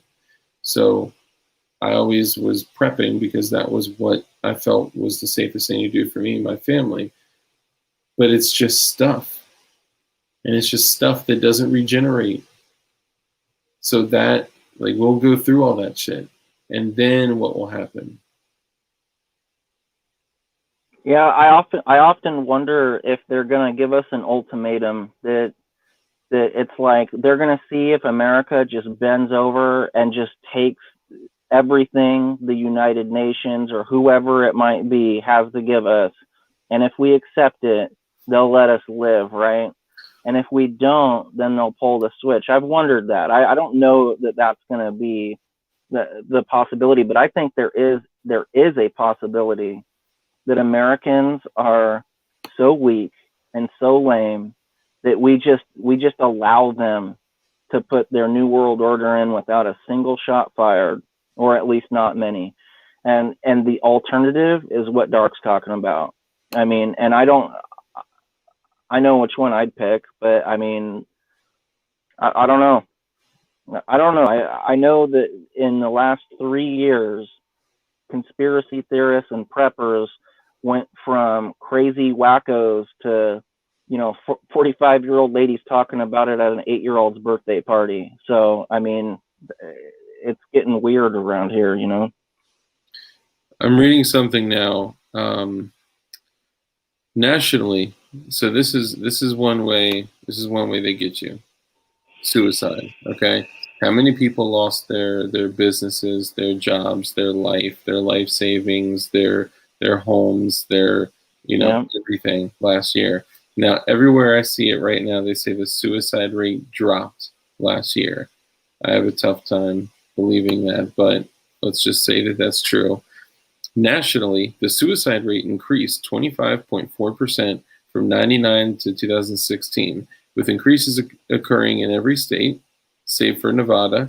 In 2018, there were an estimated 1.4 million suicide attempts and more than 48,000 deaths by suicide, making it the 10th leading cause of death in the United States.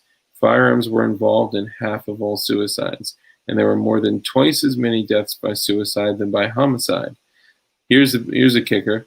Societal costs associated with suicide and suicide attempts were estimated at, who wants to take a guess? I'll give it the 15-second. Boom.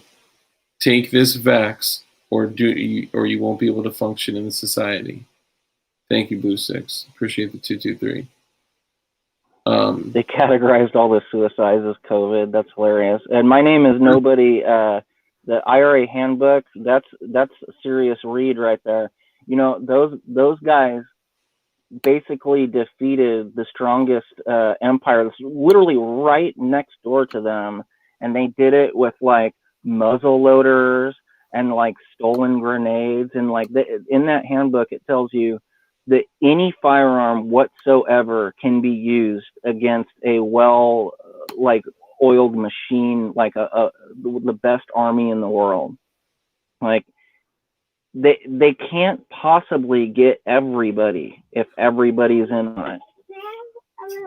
You want a sugary snack? Okay. Quick one. That's okay. So $93.5 billion. Okay.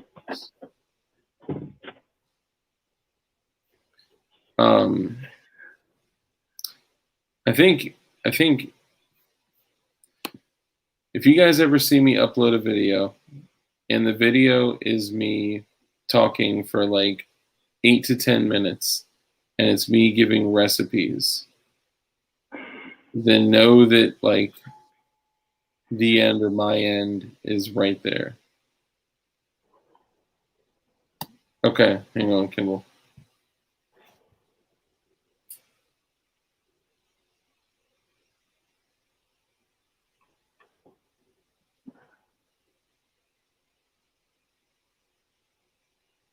I love muzzle loaders. I got a Lyman's Plains rifle, Joe Morris. Thing's freaking accurate.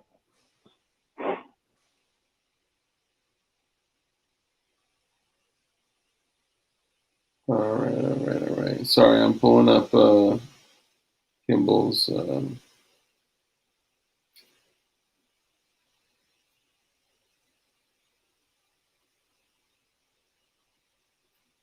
Are you talking about the 4chan stuff, Kimball?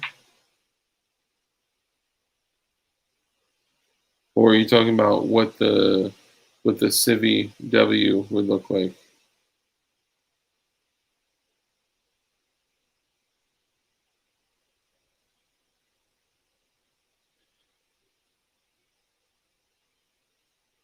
CBA is all right. I mean, are you think it's cool if I pull up the whole thing and go through it, or is it just worth? Holy moly! Well, hey, Dark, I just looked at the time, and I'm driving to San Diego tonight with my little girl. We're going to go on a little road trip. So I'll watch the rest of this on my cell phone. You got any other questions for me, though? No, you're good to go, man. Thank you for sharing your story, and appreciate you coming on, man. Have a safe trip. Take it easy, and be easy, my friend. Much love to you guys. Hey, don't do nothing crazy. Win the room, seriously. It's not worth it, and it does more harm than good. We don't have to be like they are, you know. Anyway, yeah. I'll talk to you later. All right, brother.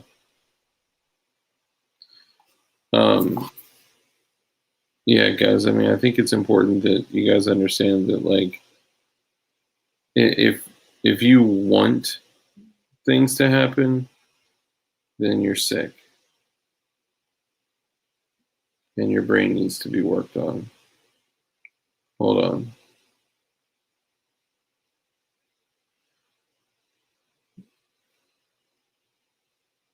All right, I'm sending it to myself. Changing my emails so you guys don't my house. It looks like the reply part is hidden on the bottom, though. Golf ball cannon could be handy for sure. Love is the answer. There's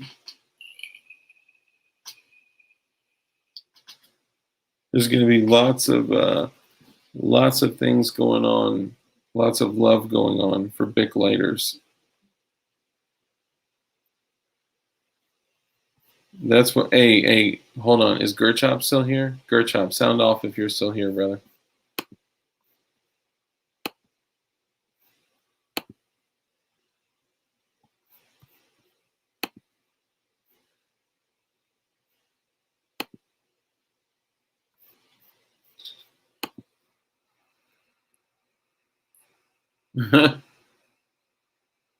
Gerchop. True or untrue? About a week or so ago, maybe 2 weeks ago, in chat, you had said there is no proof that they are coming for your guns. And I told you, I was like, I don't have to say anything. I don't have to say anything. Just watch. Just watch. Not gonna say I told you so. I'm just kidding. Guys, please be aware of the colorful language that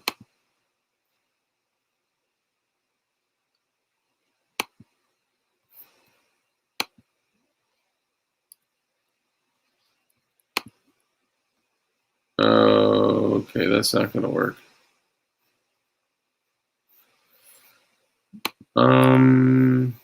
Yeah, that's not gonna work.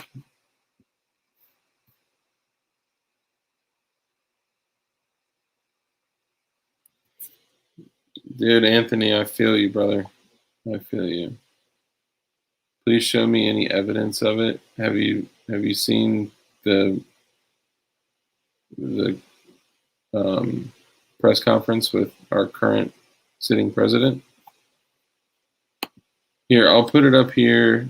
Damn, it's way too small to read. I'm gonna have to just read it, but there's some colorful language in there. I don't know about that. I'll just say things like N-bomb instead. Okay, so know that for anyone listening, oh my god, bro, it's so small. Let me go back to the link and I'll find the spot. That was 410. Yeah, hang on.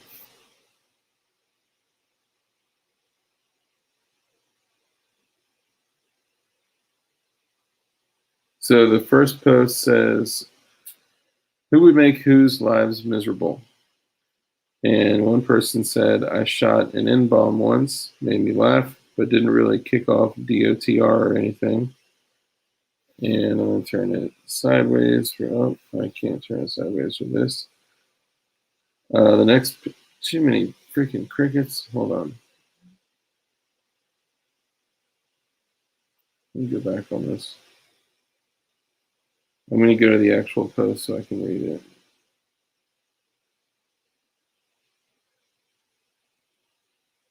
I'm reading this for Kimball, guys. These are not my words. The words are just simply coming out of my mouth.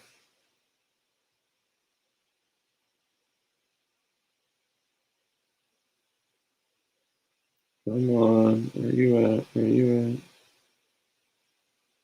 Yeah, it's too small to actually read.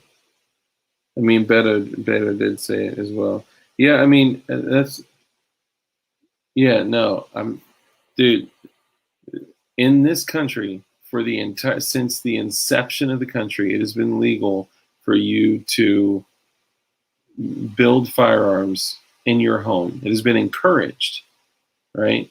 It was actually a standard, and we're posting a video. It's one of DLD's first actual posted long form videos that explains in great detail the Second Amendment, the inception of it, the standards for men ages 16 to 40, and they were expected to have a long gun and a quarter-pound of powder and X amount of cartridges, X amount of shot, X amount of caps. Like, it was expected. And we're not. Okay. Oh my God. Okay. So it says Well, you're an effing retard. Why can I not change this? I am weeping, weeping with laughter. Former red team planner for the government here. These are the threads they monitor the most. If there was a revolution in the US, the rest of the world would get involved fast. Depending on the type of uprising, there is a large chance, let me pull it up bigger, that it would not be a quick affair. It would be brutal, it would be bloody, and the US government could start a global scale war.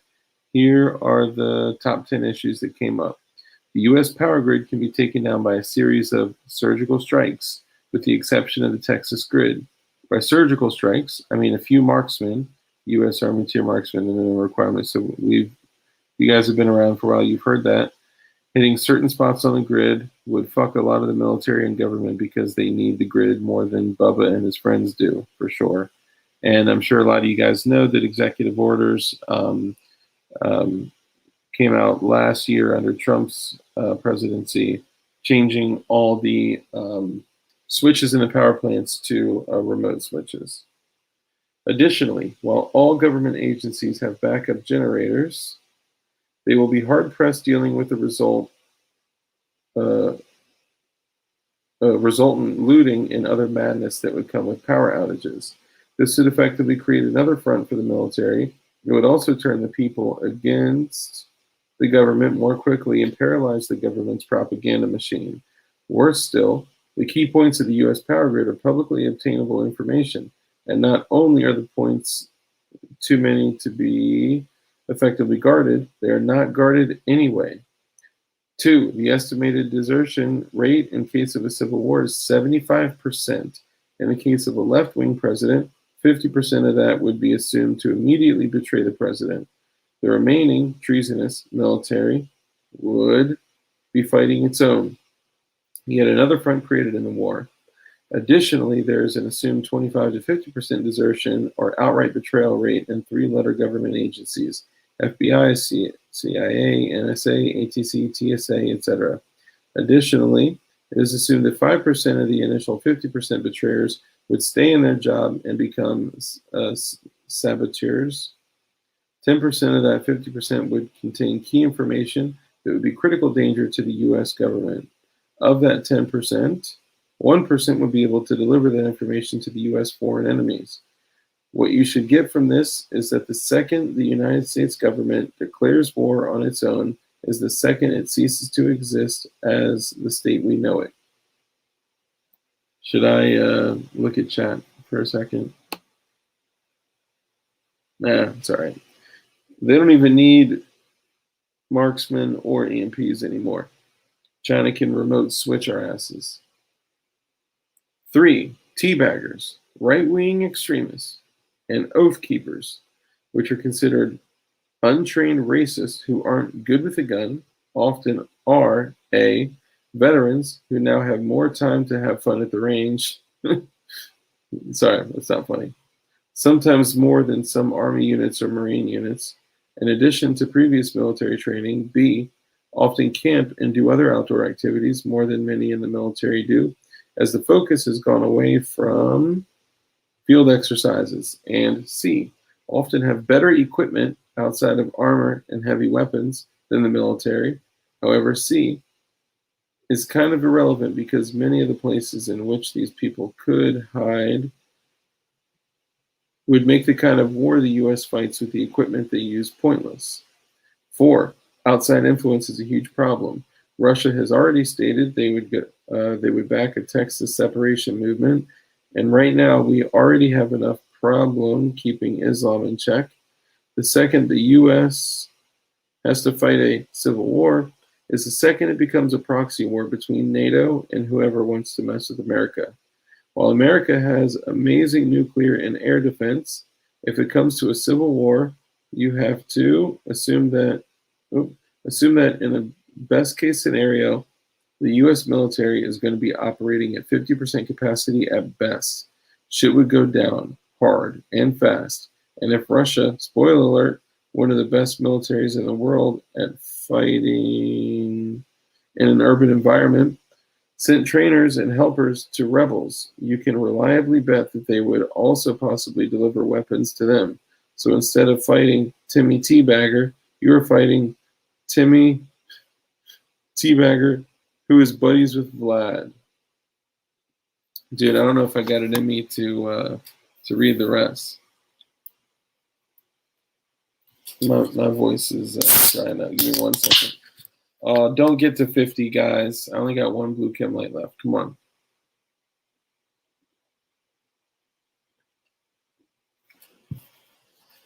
Five. The Civil War is not just the U.S. versus the rebels. There will be looting. There will be rioting. Cities will burn. The National Guard cannot fight both the rebels and rioters in the city. It would also cut off their supplies. Additionally, if you don't think that the rebels will send in instigators into the cities or worse, standalone actors, a lone wolf on steroids, think Tim McVie, but instead of one van, they have a whole fleet of them. A good movie example would be Bane. You would be mistaken. If the U.S. government cannot even help its own people, why would its own people support the remaining treasonous military? Worse yet, if someone emptied out prisons, there are more prisons in the U.S. than there are people in the entire Chinese army. You would have more crime than the police could ever handle. Interesting. 6. Logistics and infrastructure in the U.S. are crumbling and failing. Any war fought against a rebellion in the U.S. would be a logistical nightmare, even before the rebels started going full Al-Qaeda and putting IEDs in the road. A retired general who was contracting with us on the team said, the only thing holding together the U.S. infrastructure is duct tape and the will of the Department of Transportation. And often enough, there isn't enough duct tape. Your most loyal cities to the U.S. government, as we polled, are also the most logistically easy to cut off. New York City, San Fran, LA, DC, Baltimore, most of them require crossing water to enter from certain directions. Most of them have critical airports. Some of them have critical ocean ports. If anything happened to just 2 of the cities on the list, it would create a logistical clusterfuck. 7. Your Johnny Reb and Timmy Teabagger states, i.e. red states, all have something most of your oh so progressive, aren't we so European? Oh. CRS said, found the anal EDC. That's the one. I've actually seen that before. I just was unaware. Thank you, CRS. Aren't we so European? Oh my God, we are just like Sweden. Blue states don't. Blues are mainly consumer states. Reds are producer states. Urban areas don't have farms. The second that shit goes down, realize a lot of blue areas are likely to starve. In a Civil War scenario, we predicted that at least 10,000 people would die of starvation if the war was not finished within a year. The numbers get worse after that. You guys want me to keep going?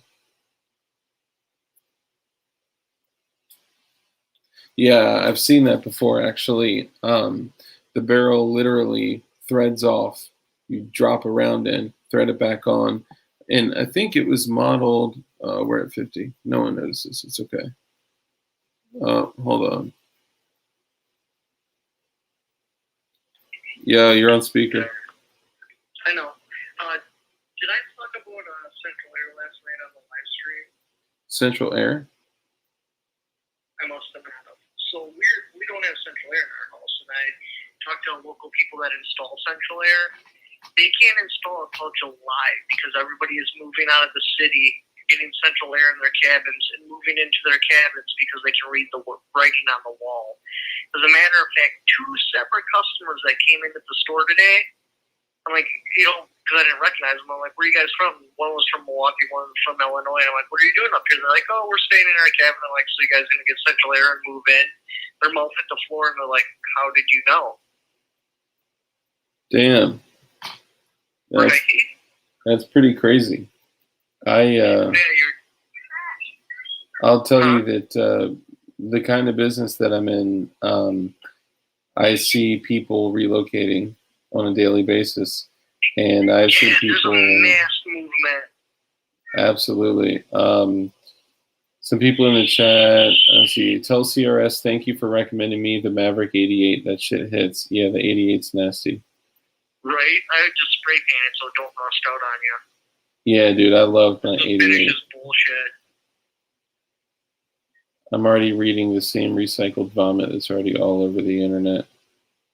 Well, Gerchop. Sorry, no. Gerchop hates me. Well, I'll let you go because I just wanted to tell you that so you can throw it in your chat because that's crazy. Like, we're not the only ones that can read the writing on the wall. Like, dude, people are moving.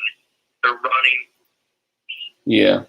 I've seen it, man. It's crazy. I appreciate you sharing that. July, and they have a full staff. They're installing that many units. So now imagine how many people already had AC and shit in their cabins and moved in. Yeah, that shit's crazy. All right, brother. Let me get back to this. Thank you. Peace. Okay, hold on. Where'd I go? Okay, 10,000 people of starvation. Okay, the U.S. has way too many choke points. And let me go back. Sorry. 10,000 people would die of starvation if the war was not finished within a year. The numbers get worse after that. Okay, yes, I did. The U.S. has way too many choke points, and the government forces would often be on the wrong side of them. This ties into the logistical nightmare, but it also has to do with an odd phenomenon. Liberals, like to live near the ocean. Many of the dividers of the country, like the Rocky Mountains, the Mississippi River, Appalachia, the Missouri River. Fun fact, the biggest choke point for the U.S. government is in Missouri. Interesting. Shout out to Dugan. Are red state areas. Sure, air travel is a thing, but a majority of the U.S. government needs would have to travel by ground. Even still, many of the major airports and outside of the city, of course, the U.S. would use military base airfields. But if civil war did break out, which bases would be safe? Sorry, it's hard to,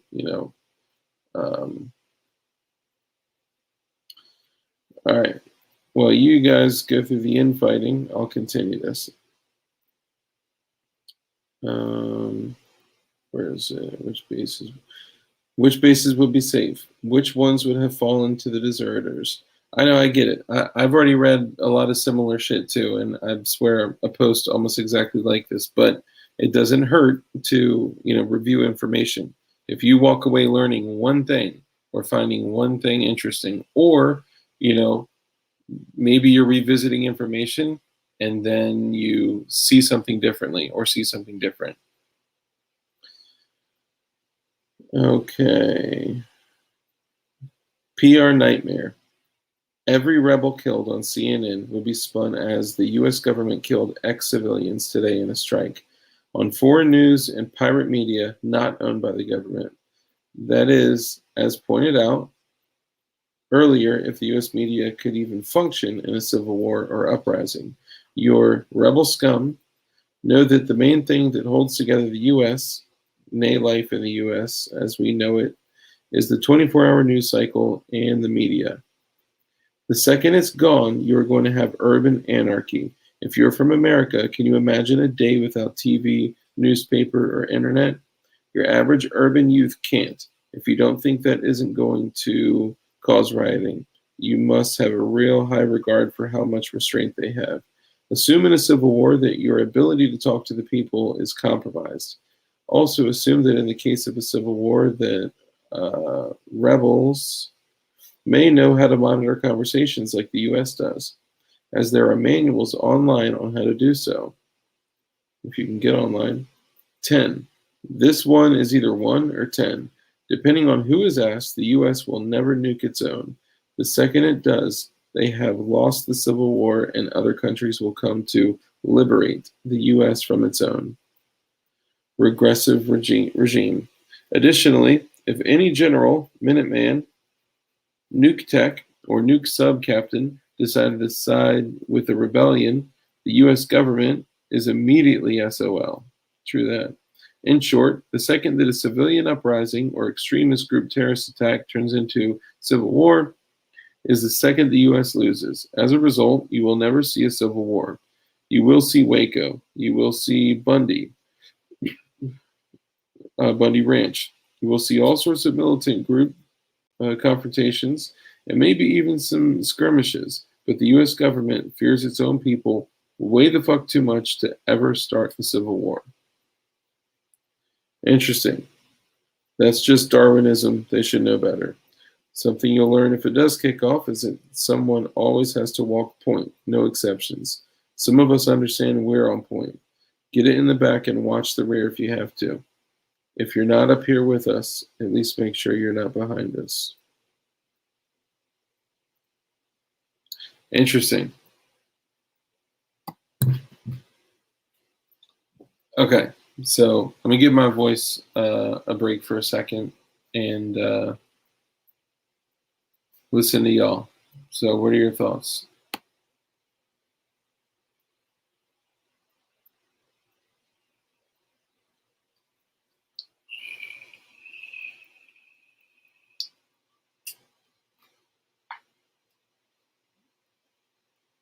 Especially my enemies, for sure.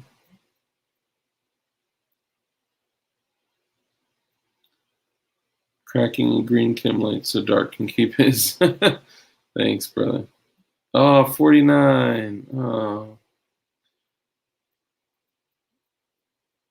McDonald's is closing hundreds of Walmart locations. Perhaps they know something's coming. I have not heard of Project Pogo or Project Zephyr. Light lit boys. Anthony, can you elaborate, please? Have it on paper already.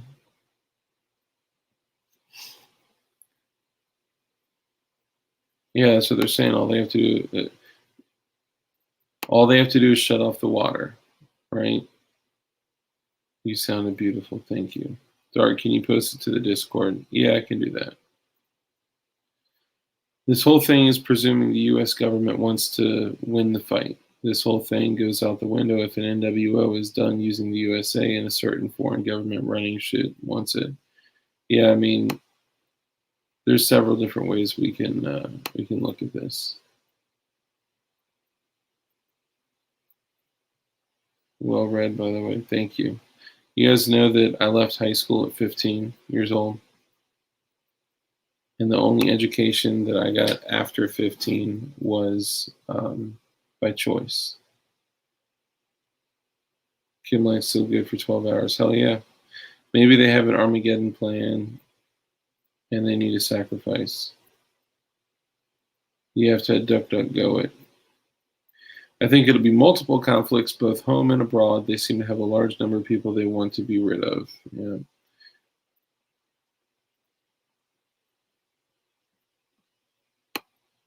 I definitely believe that. Alt media is, there was, damn, we're back up to 50. Let me know if I should crack it or preserve it.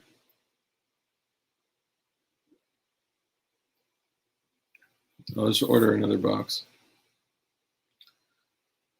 Oh, man. You guys ever just like really rub your eyes hard? It's so bad for you, but it feels really good. I've already cracked one. Well, you got to get on camera, bro. You know what?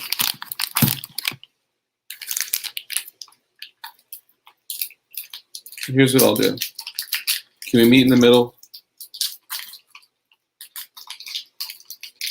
I know it's a sore topic, but if braces are nixed, can we talk compliance conversions? So here's what I would say. Orange for the win. Oh, you know what I can do? I can pretend. I can say, oh, look at my blue chem light. No, it doesn't work. Looks like a stove. I'll just stick it like Stick it right there. What was I gonna say? Yeah, I just busted an orangey. Aren't you glad I didn't say banana? And we're back. You tried. I like it. Remember all those sealed indictments that was supposed to be all for the bad guys with Q's? Supposedly that's for all the patriots. Oh, okay. So before, everything happened, like, we were working on an episode where me, Light, and Doug were identifying alt media that were compromised. And I will tell you right now, good for you, Bacon. I appreciate that, brother.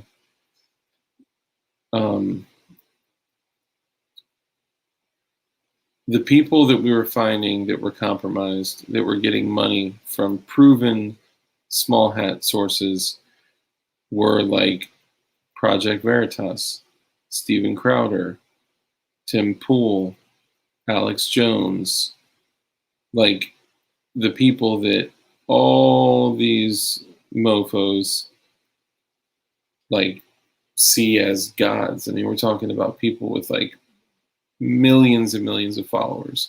Like Steven Crowder has 5.5 million followers. MSM is out the window, right? Like people watch it all day, every day, but they're obvious to us. They're not obvious to the masses. I know, like, we have our eyes open, but most don't. Like, what I'm concerned about is those two-faced scumbags. What I'm concerned about is not us, right? Like, the 50 people in this chat, we have our eyes open, right? Even if you don't agree with everything we say, you're at least skeptical and you are at least searching out other information on your own. That in itself, people don't do that. Like, that doesn't exist in this day and age. You are the minority, and not like the like protected class, like minority. You know what I mean? So my fear is that if we do, when we do end up in a world without rule of law situation, and it's a dark topic, guys. I'm sorry. I know a lot of times we break through it with humor and comedy and like dark humor or whatever, but the reality is that like it is a dark ass topic. And DLD Lives Matter, bro, that should be a shirt. Fuck yes. Tucker did call out replacement theory recently. That surprised me. Interesting. Yeah, I mean, it's all controlled ops. So, like, when these people, when the MSM dies or isn't trusted, then the only thing they're going to be able to do is go. I mean, the alt media is way more powerful right now than the MSM.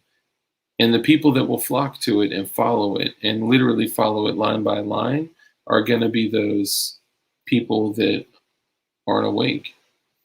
They can't see because they got no fire and don't know how to make it. We got to, oh, hold on, chat. We got to go out and teach them to make fire, and then they will see for themselves. Exactly. Saw a vid of Navy SEALs with blue chems glowing. Oh, for real? Made me chuckle. That could be us one day. That's great. That's what Project Pogo is all about. Okay, I'll look into it. Thank you, Anthony. He was talking about voting-wise, but obviously that is because we are being racially replaced by them.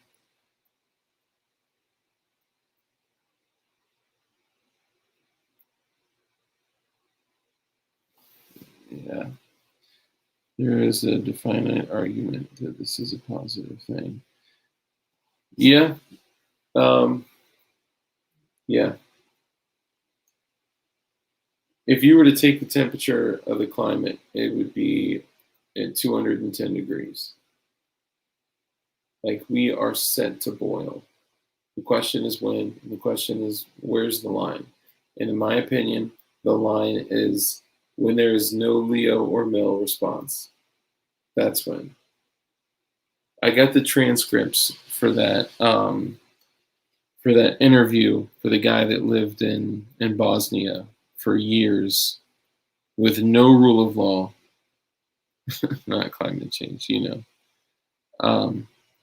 literally lived in a time of civil war in Bosnia. And dude, there's like not even words that could explain. I mean, just pure daily pain. Groundhog Day pain. Lather, rinse, repeat, like over and over and over. And you can't trust anyone. Communities didn't exist. It was only families. And the communities that did exist, they all killed each other.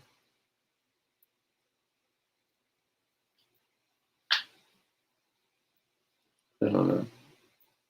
I don't want to talk about this shit.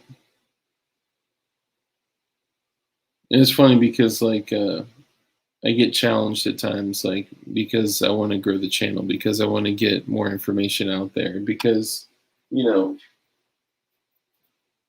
where did my fucking shit go? God damn it.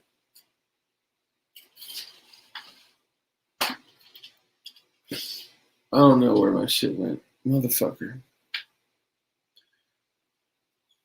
I'll just hold it. The more people that we can reach, the more information that we can get out to, the more people are awake. Even if they're not fully awake, they are at least curious enough, or we've created at least thought provocation that they can at least say, hold on, something doesn't seem right.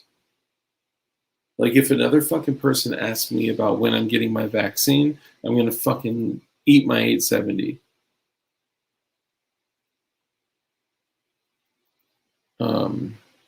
Sorry. I'm not actually, like, I won't actually do that. Like, just so you guys know, I would never hurt myself. Yeah, I mean, we're not supposed to trust any of us. Like, we call it a community because it's an online community, because it's, I mean, that's fine. There's no real money in this anyway. Like,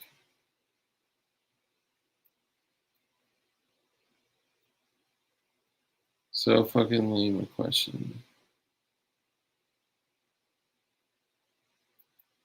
Oh yeah, the vax question. Dude, like, shit gets weird, I got family members that got vaccinated, and I'm sitting here wondering, like, are my parents gonna die because of this fucking vaccine? Everyone's snapping pictures of their fucking vax cards. I'm like, dude, this is headed in a direction that,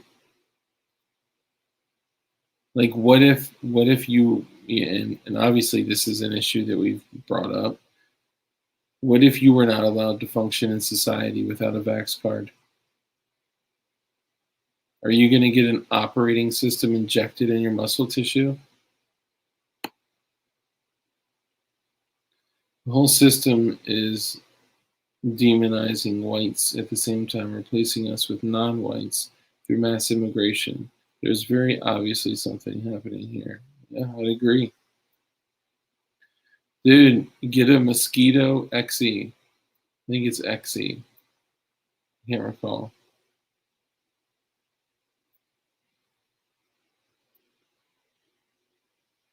Dude, it is like a 99.97 survival rate. Like, what's the point? Even if it was a 50% survival rate, I wouldn't feel comfortable getting a vax that is like, okay, I'll put it like this. Would you trust a 6-month-old to drive you to a different state? Oh, wait. Yeah, show me your papers.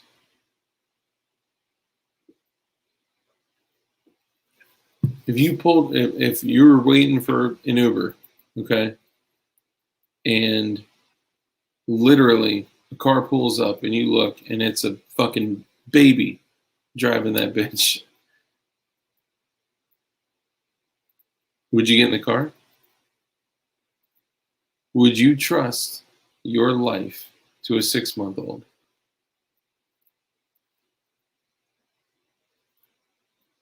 I'm going to guess the answer is no. Even if I did not think that there was anything malicious behind the vax, okay? This vax being 6 months old, just in itself, let's say I am a normie and I have no idea about anything, and I think, oh, it's just a vaccine. Like, why are these people getting it? Everyone, because they think it's going to be normal again. I know, dude. If the baby's last name was Earnhardt, maybe. Yeah. Yeah, I'm going to survive without it. I already have. I've never gotten a COVID test. I've never gotten an antibody test. I will never get a COVID test. I will never get a vaccine. And I will never get, and watch, now there's going to be a little banner at the bottom of the screen talking about the vax. Propaganda works. It does. It absolutely does. Happy times again. Just take the shot and all will be well. You'll get your job back. You'll get your home back. Everything will be okay. Your wife will come back home. You know, like, yeah, mass immigration, like literally like a 4,000% increase just in the last 2 months. So let's squeeze as much pain and destabilization within 1 year that we can, and then give them something that appears to be the solution. So much so that they beg for it. Beg for it. And make them create, like, have it be a sense of, there's a sense of urgency behind it, because it's not very available, right?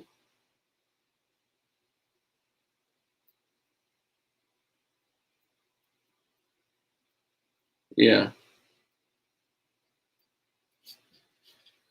I did that banner test on my Facebook page. Bro, so a friend of mine about my age, very healthy young man, got COVID.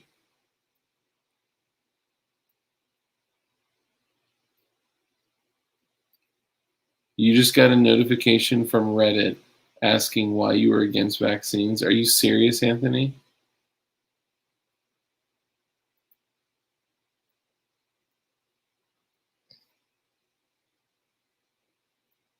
I know, Armitage is crazy. Well, let's do this, guys. I'm gonna back out. I hope tonight, at least, I believe you. I believe you. That mic in your phone is listening. And damn, 40% of Marines are not getting vaxxed. Apparently, there's a lot of shit on Reddit saying that I'm a Fed and CRS is a Fed, and all it's kind of funny. I couldn't find it, but I'd love to hear about it. Hold on. The 1965 Immigration Act, which opened the border, was written by small hats, and the Small Hat World Congress have been trying to pass that legislation since 1942. Damn, that's crazy. It's not available, but get it even if you're young and healthy to protect others. By the way, the vax doesn't mean you can't spread it to others. It said, trending on debate vaccines. Why are you against vaccines? Damn, bro, that's crazy.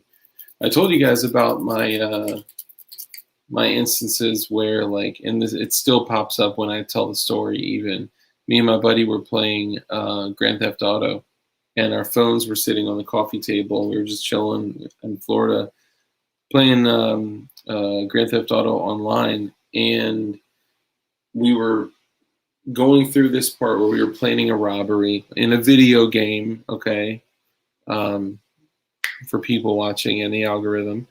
We were planning a robbery in the video game, and you pick a mask. And we were going through and we were like picking, and it was like there was a mask that was like a black, like tight, like neoprene, like ski mask, but like a pullover, and it had a white skull. And I was like, damn, I was like, that's the mask that I want. I want to buy the black mask with the white skull on it, blah, blah, blah. The next day when I woke up, I went on Facebook, and this is back when I was on Facebook, and I like, you know, actively engaging, and I literally see an ad for a mask, a black mask with a white skull on it, bro. So then I started noticing shit like that, and it's not just your reticular activator in your brain, right? It like, this is reality. Your microphone is like, go through your apps, man. Look at your shit. I just uninstalled Reddit. Good for you. All right, guys, I'm gonna bounce. You're a mail carrier, so you are a Fed. Courier 6, always go in on trash day. I know, so many mailmen.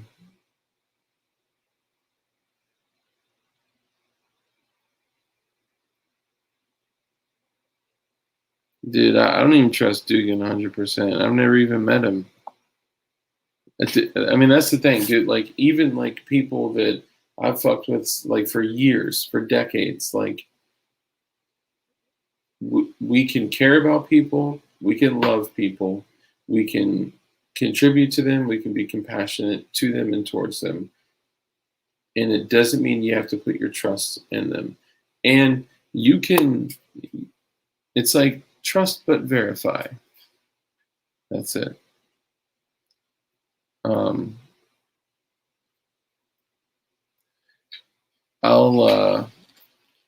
I'll end on this. Okay.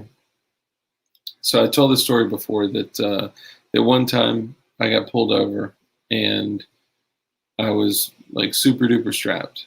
Okay. And the cop is like, you know, why are you carrying, you know, firearms, blah, blah, blah. Peace out, Gerchop. I'm sorry that you hate me. I'm just playing. Totally joking, by the way. So I got pulled over and I was super strapped as usual. And I got asked by the officer, he said, you know, why are you carrying these guns? And I said, well, for the same reason that you're carrying at the time an HK USP 40 and a Remington 870 and an M4 and like, you know, 6 mags on your belt, like for the same exact reason that you do. Number one, I'm licensed, trained, and certified to carry a firearm. But number two, you never know what situation you're going to stumble upon, right? So because we never know what situation we are going to stumble upon, it would be wise to make sure that we are protected in every single category. And when I go out, I carry a handgun and a backup mag. So currently with a 43X, that's 31 rounds. And then I keep two 10-rounders in my dad's sack. Okay, this is my dad's sack. A rocket crossbody. Don't make fun of me. And you let him talk. And I keep a blade on my right side. Actually, it's the one I just took off when I sat down here. And it's, you know, got the little wave. My daughter put a sticker on it. It's beautiful. It's got the wave, so it opens when you bust it out the pocket. Little Emerson Kershaw collab. And it's got a dope-ass blade. By the way, Matt, I took your sharpening advice, and it really brought the edge back to this. Great advice. it was damaged by dropping it before, and it's got a really nice edge on it now. So thank you for that. And then men with fanny packs should be considered very dangerous individuals. Hell yeah. And I carry a secondary knife that sits at basically like 11:30 on my belt. This actually, and I just don't, so Matt, just so you know, I need to carry the knife you made with a different piece, so I got to order a smaller tech lock because the other piece is just kind of uncomfortable with my belt. I used to carry this. This is the Cold Steel mini tack. Yeah, mini tack, and it's got a good grip because like once it's in there, like that little piece there is like perfect. And I mean, with the jimping on the back, like you could just like, it's almost like in a way, kind of like a clinch pick, just not completely, but I treat it like one. It's a GTFOM knife, a get the fuck off me knife. And you can reach it with your right hand at that place on your belt, or you can reach it with your left hand at that place on your belt, okay? But I just switched it up because, and I don't want to tell you guys because I've only seen a few of these available. These are new from Cold Steel. If you guys are fans of the Cold Steel Kobun, oh, hell yeah, bro. Thank you, Matt. You can send me anything you like. Oh, Sport Brand, did you get a chance to, Emerson Carrot Killer, did you get a chance to get those patches out, by the way? Well, I don't know if you answered last time, but forgot to test on flex cuffs. Hell yeah. So this is the Cold Steel Kyoto, and it is basically like just like a Cold Steel Kobun, but it's about 2.5 inches shorter. And this thing is a beast, man. It's 8 CR13 MOV, and it's got like a little tilt to the knife. So I don't know, there's just something special about it, man. And it looks cord wrapped, but that's actually a Grivery handle. It just looks cord wrapped. And dude, that thing is just like super glue in your hand. And this is a virgin knife. It has never cut anything since I got it. $25. They have another version, which is the Japanese tanto, meaning a correct tanto, not the Americanized tanto with that second edge right there. I'm probably going to pick one of those up too, but I have a link to get them for $25 if you guys are interested. I can already tell that Cold Steel is stopping the production on these, so I would honestly get them if you can because they are perfect, like secondary knives, backup knives. They're also good throwaways because they're $25, and they are badass. Like, yeah, just great fucking knives. The handle is made out of Grivery. Grivery is fancy rubber. Yeah, the American Tanto has the second, like Matt is mentioning, has that second point right there. That is the Americanized version of the Tanto. The actual Tanto is more like the, there's a knife by Cricket. It is one of my, literally like one of my favorite blades. Hold on. Oh, and guys, just so you know, I'm looking for a 37 mil, 37 mic. If any of you guys have one, want to sell one or whatever, let me know, dude, because I'm looking for one, and it's proving to be difficult online, or they're too expensive online. I'd rather buy one secondhand. Okay, so the Cricket is Satsu and FD fixed, FD. Oh, here she is. Oh my God, it's so beautiful. Oh my God, okay. Literally one of the most beautiful knives. That is what the original Tonto style is like. Yep, drop point tip. This is a knife by Cricket that, man, I think that's like a 7.75 inch blade. My dude, I keep making it to the USPS too late. Monday for sure. You and Matt are getting tracking codes Monday, guaranteed. Thank you, brother. I appreciate that. I'm just excited. That's all. That's the only reason I'm asking. And Anthony, I'll look that up as well. But here, let me just do this real quick before I go. Oh, my cam light. My cam light. Here, I'm going to show you guys a few things before we go.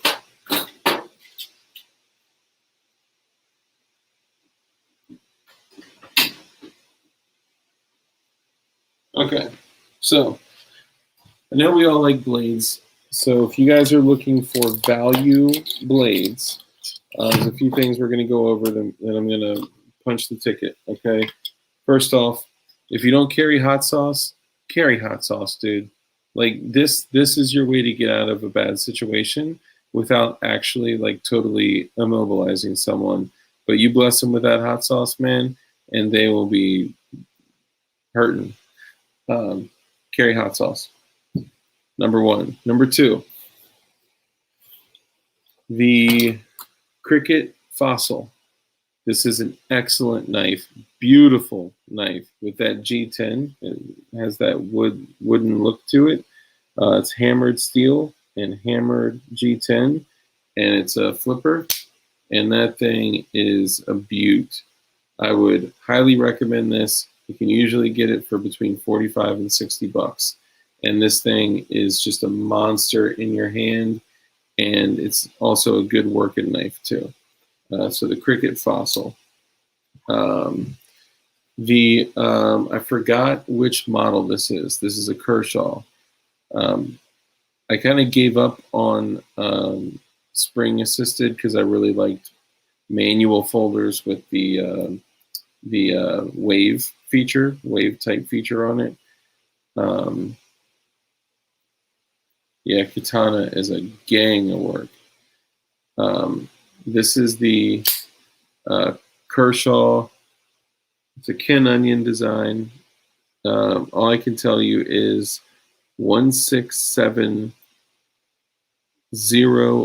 OLBLK, which I think is olive and black, because this is an olive drab green, aluminum, and black. They make this in Tonto and others, but this was, I think, 50 bucks. I didn't buy it though. If you have questions about how I got that without buying it, let me know. I'll tell you offline. Okay, Gerber. Gerber sucks. Gerber is not my first go-to, okay? And this is quite possibly the only Gerber that I would actually spend money on purpose, okay? This is the Gerber 06 Fast. It's got a safety on it, which usually I think safeties on knives are fucking stupid. But this is great because literally with the lightest touch, it just, I mean, it comes out of there like, it feels like a Benchmade in the hand. The locking mechanism is tits, and these things are literally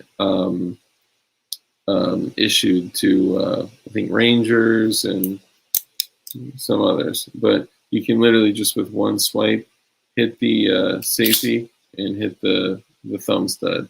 This one I got for $35. It's a $60-ish knife. Usually online you'll find them from like 80 to 100, but you can get them for 60 bucks at Walmart. Okay, and I'm telling you, literally, barely flicking it sends it right out of there. Okay, by planting tulips. Yeah. Let's just say it doesn't belong to someone else anymore. You be careful if you pull out a knife. You better be prepared to use it. This is a cheap, like $11 Kershaw. There's not even a name on it, and this thing is a workhorse, dude. I have literally, you can't really see it on camera, but like I have chewed through, I've batoned with this knife, and it was an $11 I have another $11 Kershaw in here. There's something special. Yeah. So this is the Kershaw Hotwire, and this is a tiny little guy, but that thing flips out of there with a vengeance. This is a virgin knife. Actually, I think I cut a couple things with it, but mostly a virgin knife. Super light. I don't know why they call it a hot wire. Maybe you can actually, turn an ignition with it, or it's like the weight of keys. I don't know. But comes out with a really positive click. It's small and, small blades tucked. I mean, dude, they can just do the most damage.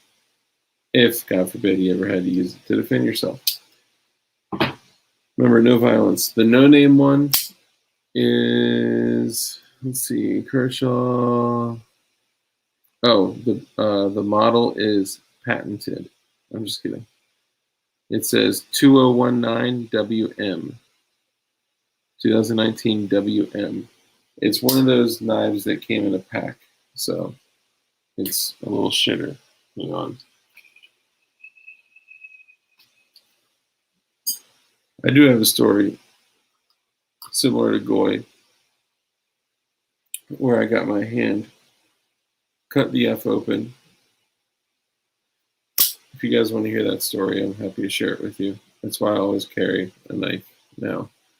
I carry a gun, obviously, everywhere I go. But this is the, if you guys ever wanted an Emerson, but didn't want to drop like buco bucks on a real Emerson, Emerson and Kershaw did a collaboration. So you get the Emerson quality without having to spend the Emerson bucks. And it's got the Emerson designed wave on it. So when you pull it out of the pocket, it obviously, opens up. And that's one of my favorite features in knives. Several of my other carry knives that are not in front of me here have that same feature. One of them being, this is like my literal go-to every single day carry.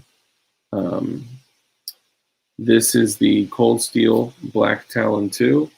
It also has the wave-like feature on it, so when you draw it from your pocket, it opens up on the way out. And this thing is just mean, dude. I mean, if you had to take a gash, I mean, you're getting like that much into a bad guy and just pulling and ripping. It's just so mean.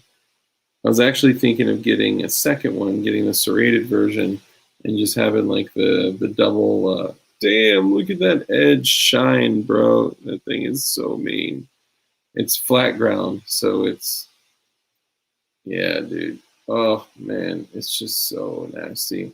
Guys, if you're looking for an everyday carry, this Cold Steel Black Talon 2 has been with me for years, and man, it's not a stabby knife. Okay? It's not a stabby knife. But trust me, if you were in a conflict where you had to use this, you could very easily get 2 inches deep and just open certain areas. Just make sure you understand biology and where certain things are in people's bodies. This is another Kershaw. It's just a flipper. It's not. It's a. You can look up if you want to get a few cheap throwaway knives. Look up on eBay the kits, and they have packages of 3 or 4 knives in there from Kershaw. Between 10, 15, 20 bucks, you'll find them for really good deals all over the place.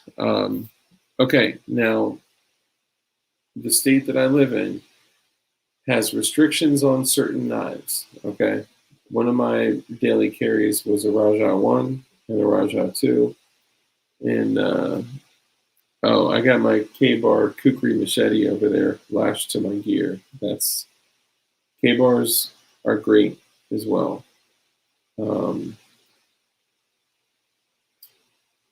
People don't know you have to keep. Yeah. Okay. So another thing, if you do have to use a blade, you don't just stick it in and never leave a blade or a puncturing device inside of the thing that you punctured. Ever. It has to be removed.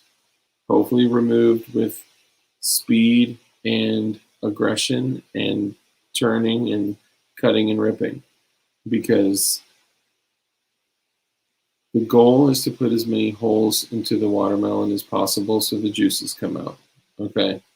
So if that is the goal, then it's got to be several times in specific areas and in tender areas, and know that when you hit something, that it just feels like a punch.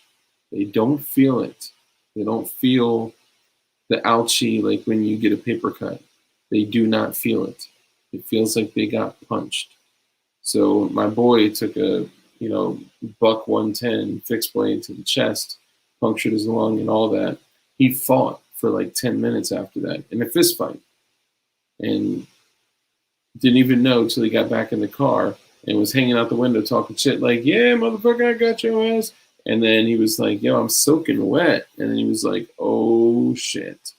So in the heat of the moment, in the adrenaline, it doesn't feel like a stab.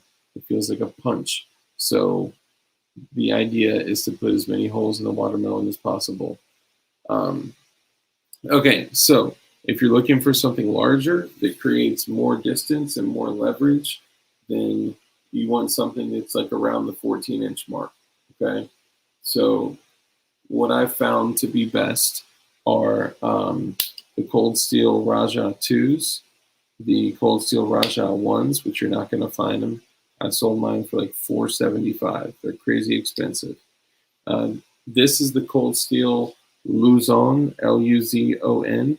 These are going for under $40 right now. This is a 6-inch blade. It is, I think it was this is 8 CR13 MOV. Very, very nice, clean edge on it. I think it's a convex edge, and it's a 14.5-inch blade. And it's got, because it is a liner lock, which is not common, usually, where'd she go? Usually Cold Steel, like the designs that like Andrew Demko made, have the triad lock, where there is a like 3.5 millimeter pin in between the lock, so the stress of the pressure on the blade does not, push against the lock. It pushes against the pin, so the lock doesn't break.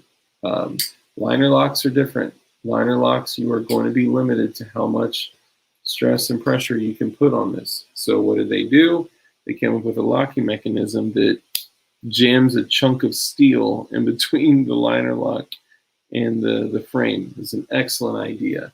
So this gives you a great area to either choke up on.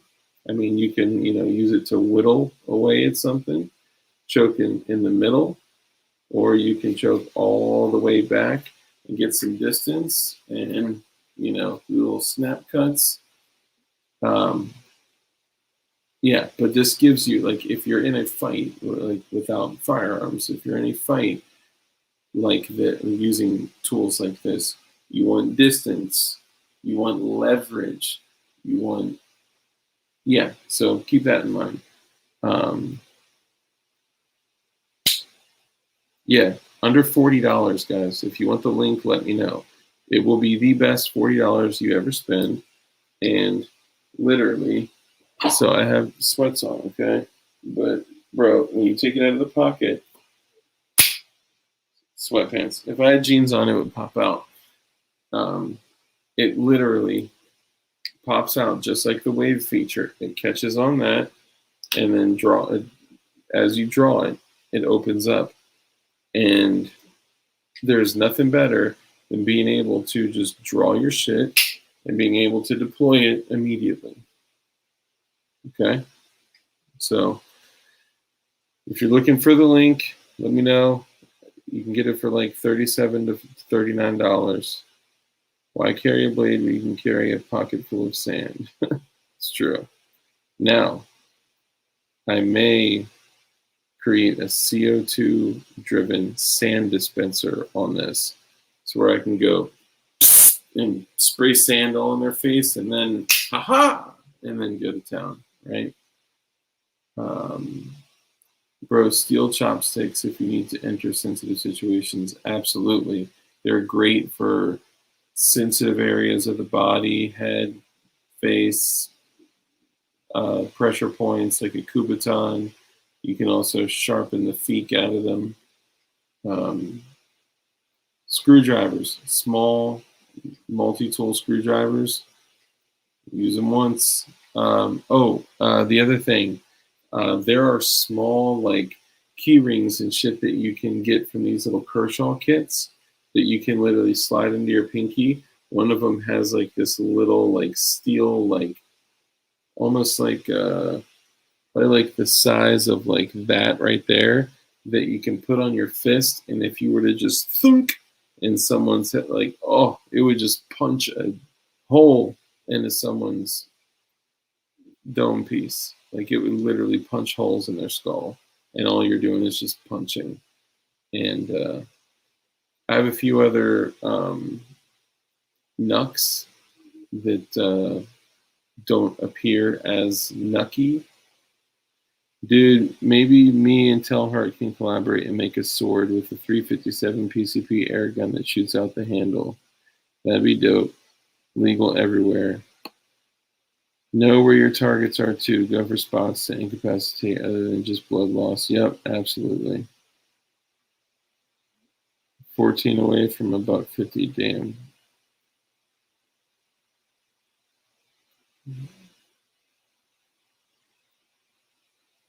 Hold on.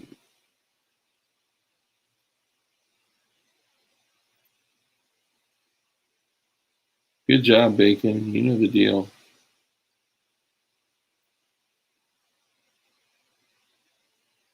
I missed something on here. I've had my jaw ripped open and didn't know it. Damn. Jamie, did you change your name while you were in here? That's crazy. Yeah, the ripping and the tearing. It's pretty nasty shit. If you've ever... So I got cut pretty badly, pretty deeply. In my area, we have a bike path. And where I was growing up, not where I am currently, but where I was growing up, and 136 stitches. Jesus Christ. Yeah, and Kimball, can't you? Aren't those made to be able to like fasten to a stick for whatchamacallit? Like to turn into an axe or something?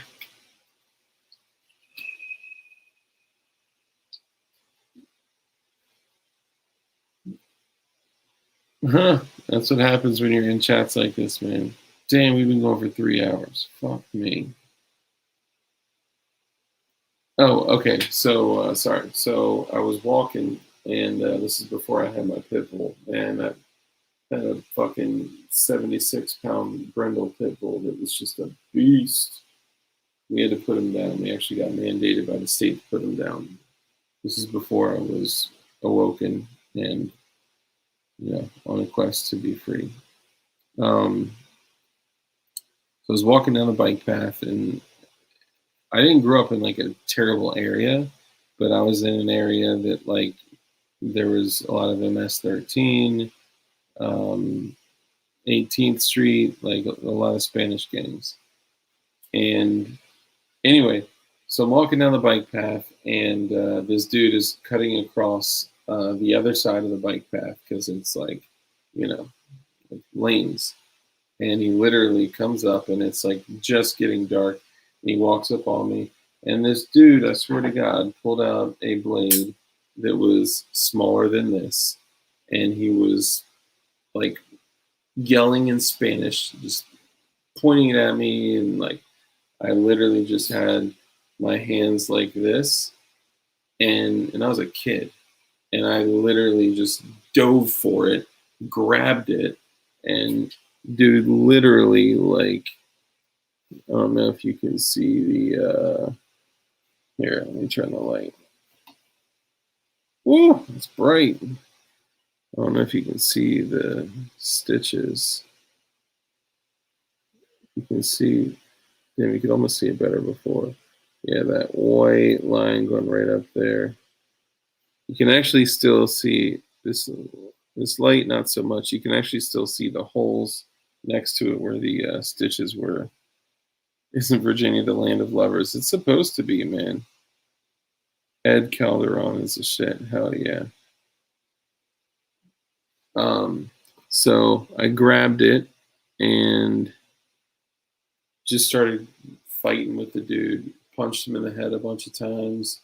I like the moment I rushed in on him, I could smell the booze all over him, and just got the knife out of his hand and just started a fucking fist fight. I chucked that shit, and my hand was soaking wet, and it cut so deep into that fatty part of your hand, like that's like your, the grip on your other side of your handgun, and yeah, cut me the fuck open. Like you could see the muscle, you could see like white. It was like white, like light pink, but it was bad, man. Nerve damage, like tingling, all that shit, just from a gash on my fist.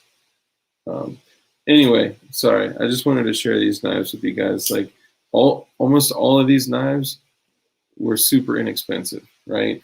Like the 14 incher, this was 30. I think I got it for $36 or $34. I got two of them. Sold one for more than that, and I kept the other one. This is the nicer, more expensive ones, which I would highly recommend. This is usually going for 80 to 100.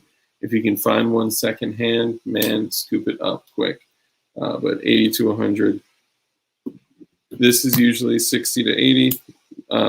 You can find them for sale online for less, but again, they're usually going. I got this one for 35 from a thrift shop. This is the hot wire. You can get them right now at Walmart for $11. Fuck Walmart, but it's good to get shit. Anyway, fuck it. We're all towing that line of consumerism, convenience, and constitutionalism. The cricket fossil. Oh, hold on. I can't just do that. The cricket fossil is usually, I think, $50 to $60. You can find it at Wally World as well and some other places. Boot knife. I don't really rock a boot knife like that. I used to rock a push dagger, but I just never really found a boot knife to be like my go-to. What I usually H&K does have some nice knives for sure. H&K and Benchmade, I think, kind of do collabs and shit. But Benchmade is basically an anti-gun knife company. So, yeah. Oh, brother, I'm about to get off, man. I appreciate it, though. Yeah, and this one, the Emerson joint, that if you don't want to spend 150, fucking $250, whatever the fuck they are, on a goddamn Emerson, but you want the same design, these Kershaw Emerson collabs are like 35 to 40 bucks, and they got all different shapes and sizes. This one is kind of like a upswept bolo style. All right, that's it. I'm done. My throat hurts. I'm going to bed. Anything else before we get off, guys?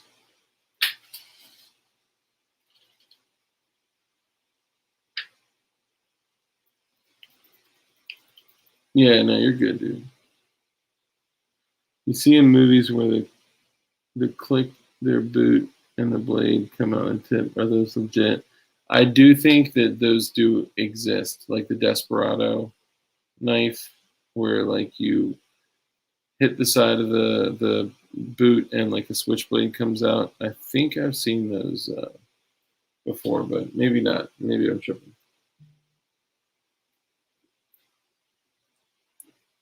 Small fixed blades. Small fixed blades.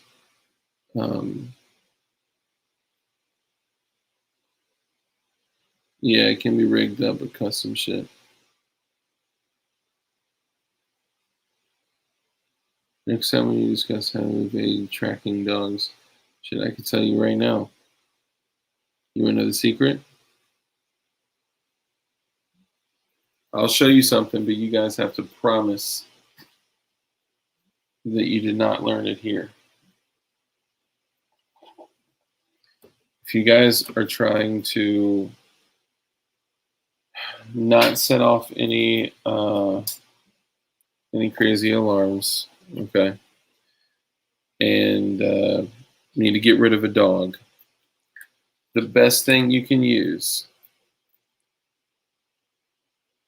is a 3-inch 15 pellet double hot buck. Look at that motherfucker, 15 pellets. No, I'm kidding. I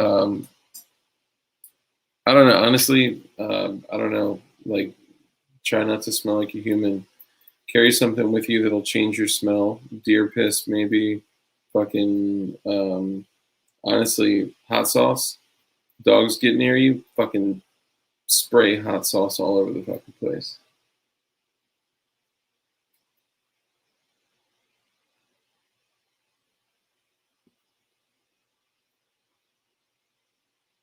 Yeah, no, I was joking. I saw a meme. I'm going to end on this. And I just want to say that I fucking love you guys. Like, you guys, it's been kind of like, I love you guys. I appreciate you guys a lot. I do.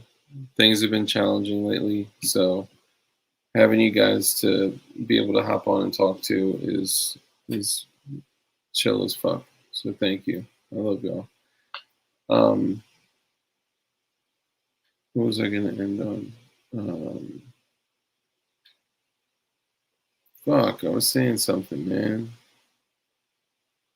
Oh, I'll pepper spray a dog all fucking day. I ain't got no shame.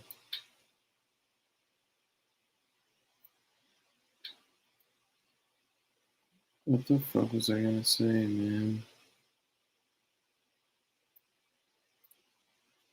Yeah, no, I agree. That would be an actual good topic. I would need to, find someone that has kind of, you know, specializes in that.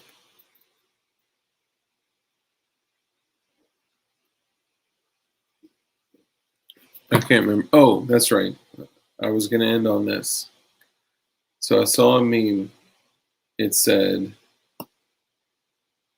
if you want to know who runs the world, say cake with an Australian accent. Now, I want all of you at home to say that out loud right now and then type something in the comments.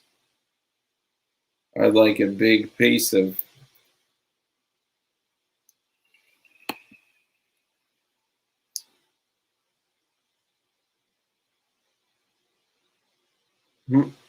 Matt gets it. Who else gets it?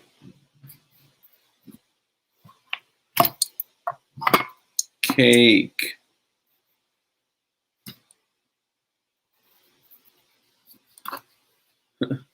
Sure could go for a big piece of cake right now. Sorry, my Australian accent sucks.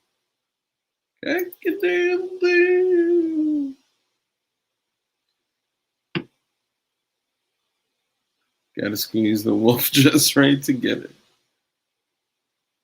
I think that was TM actually that either made that meme or shared it with me.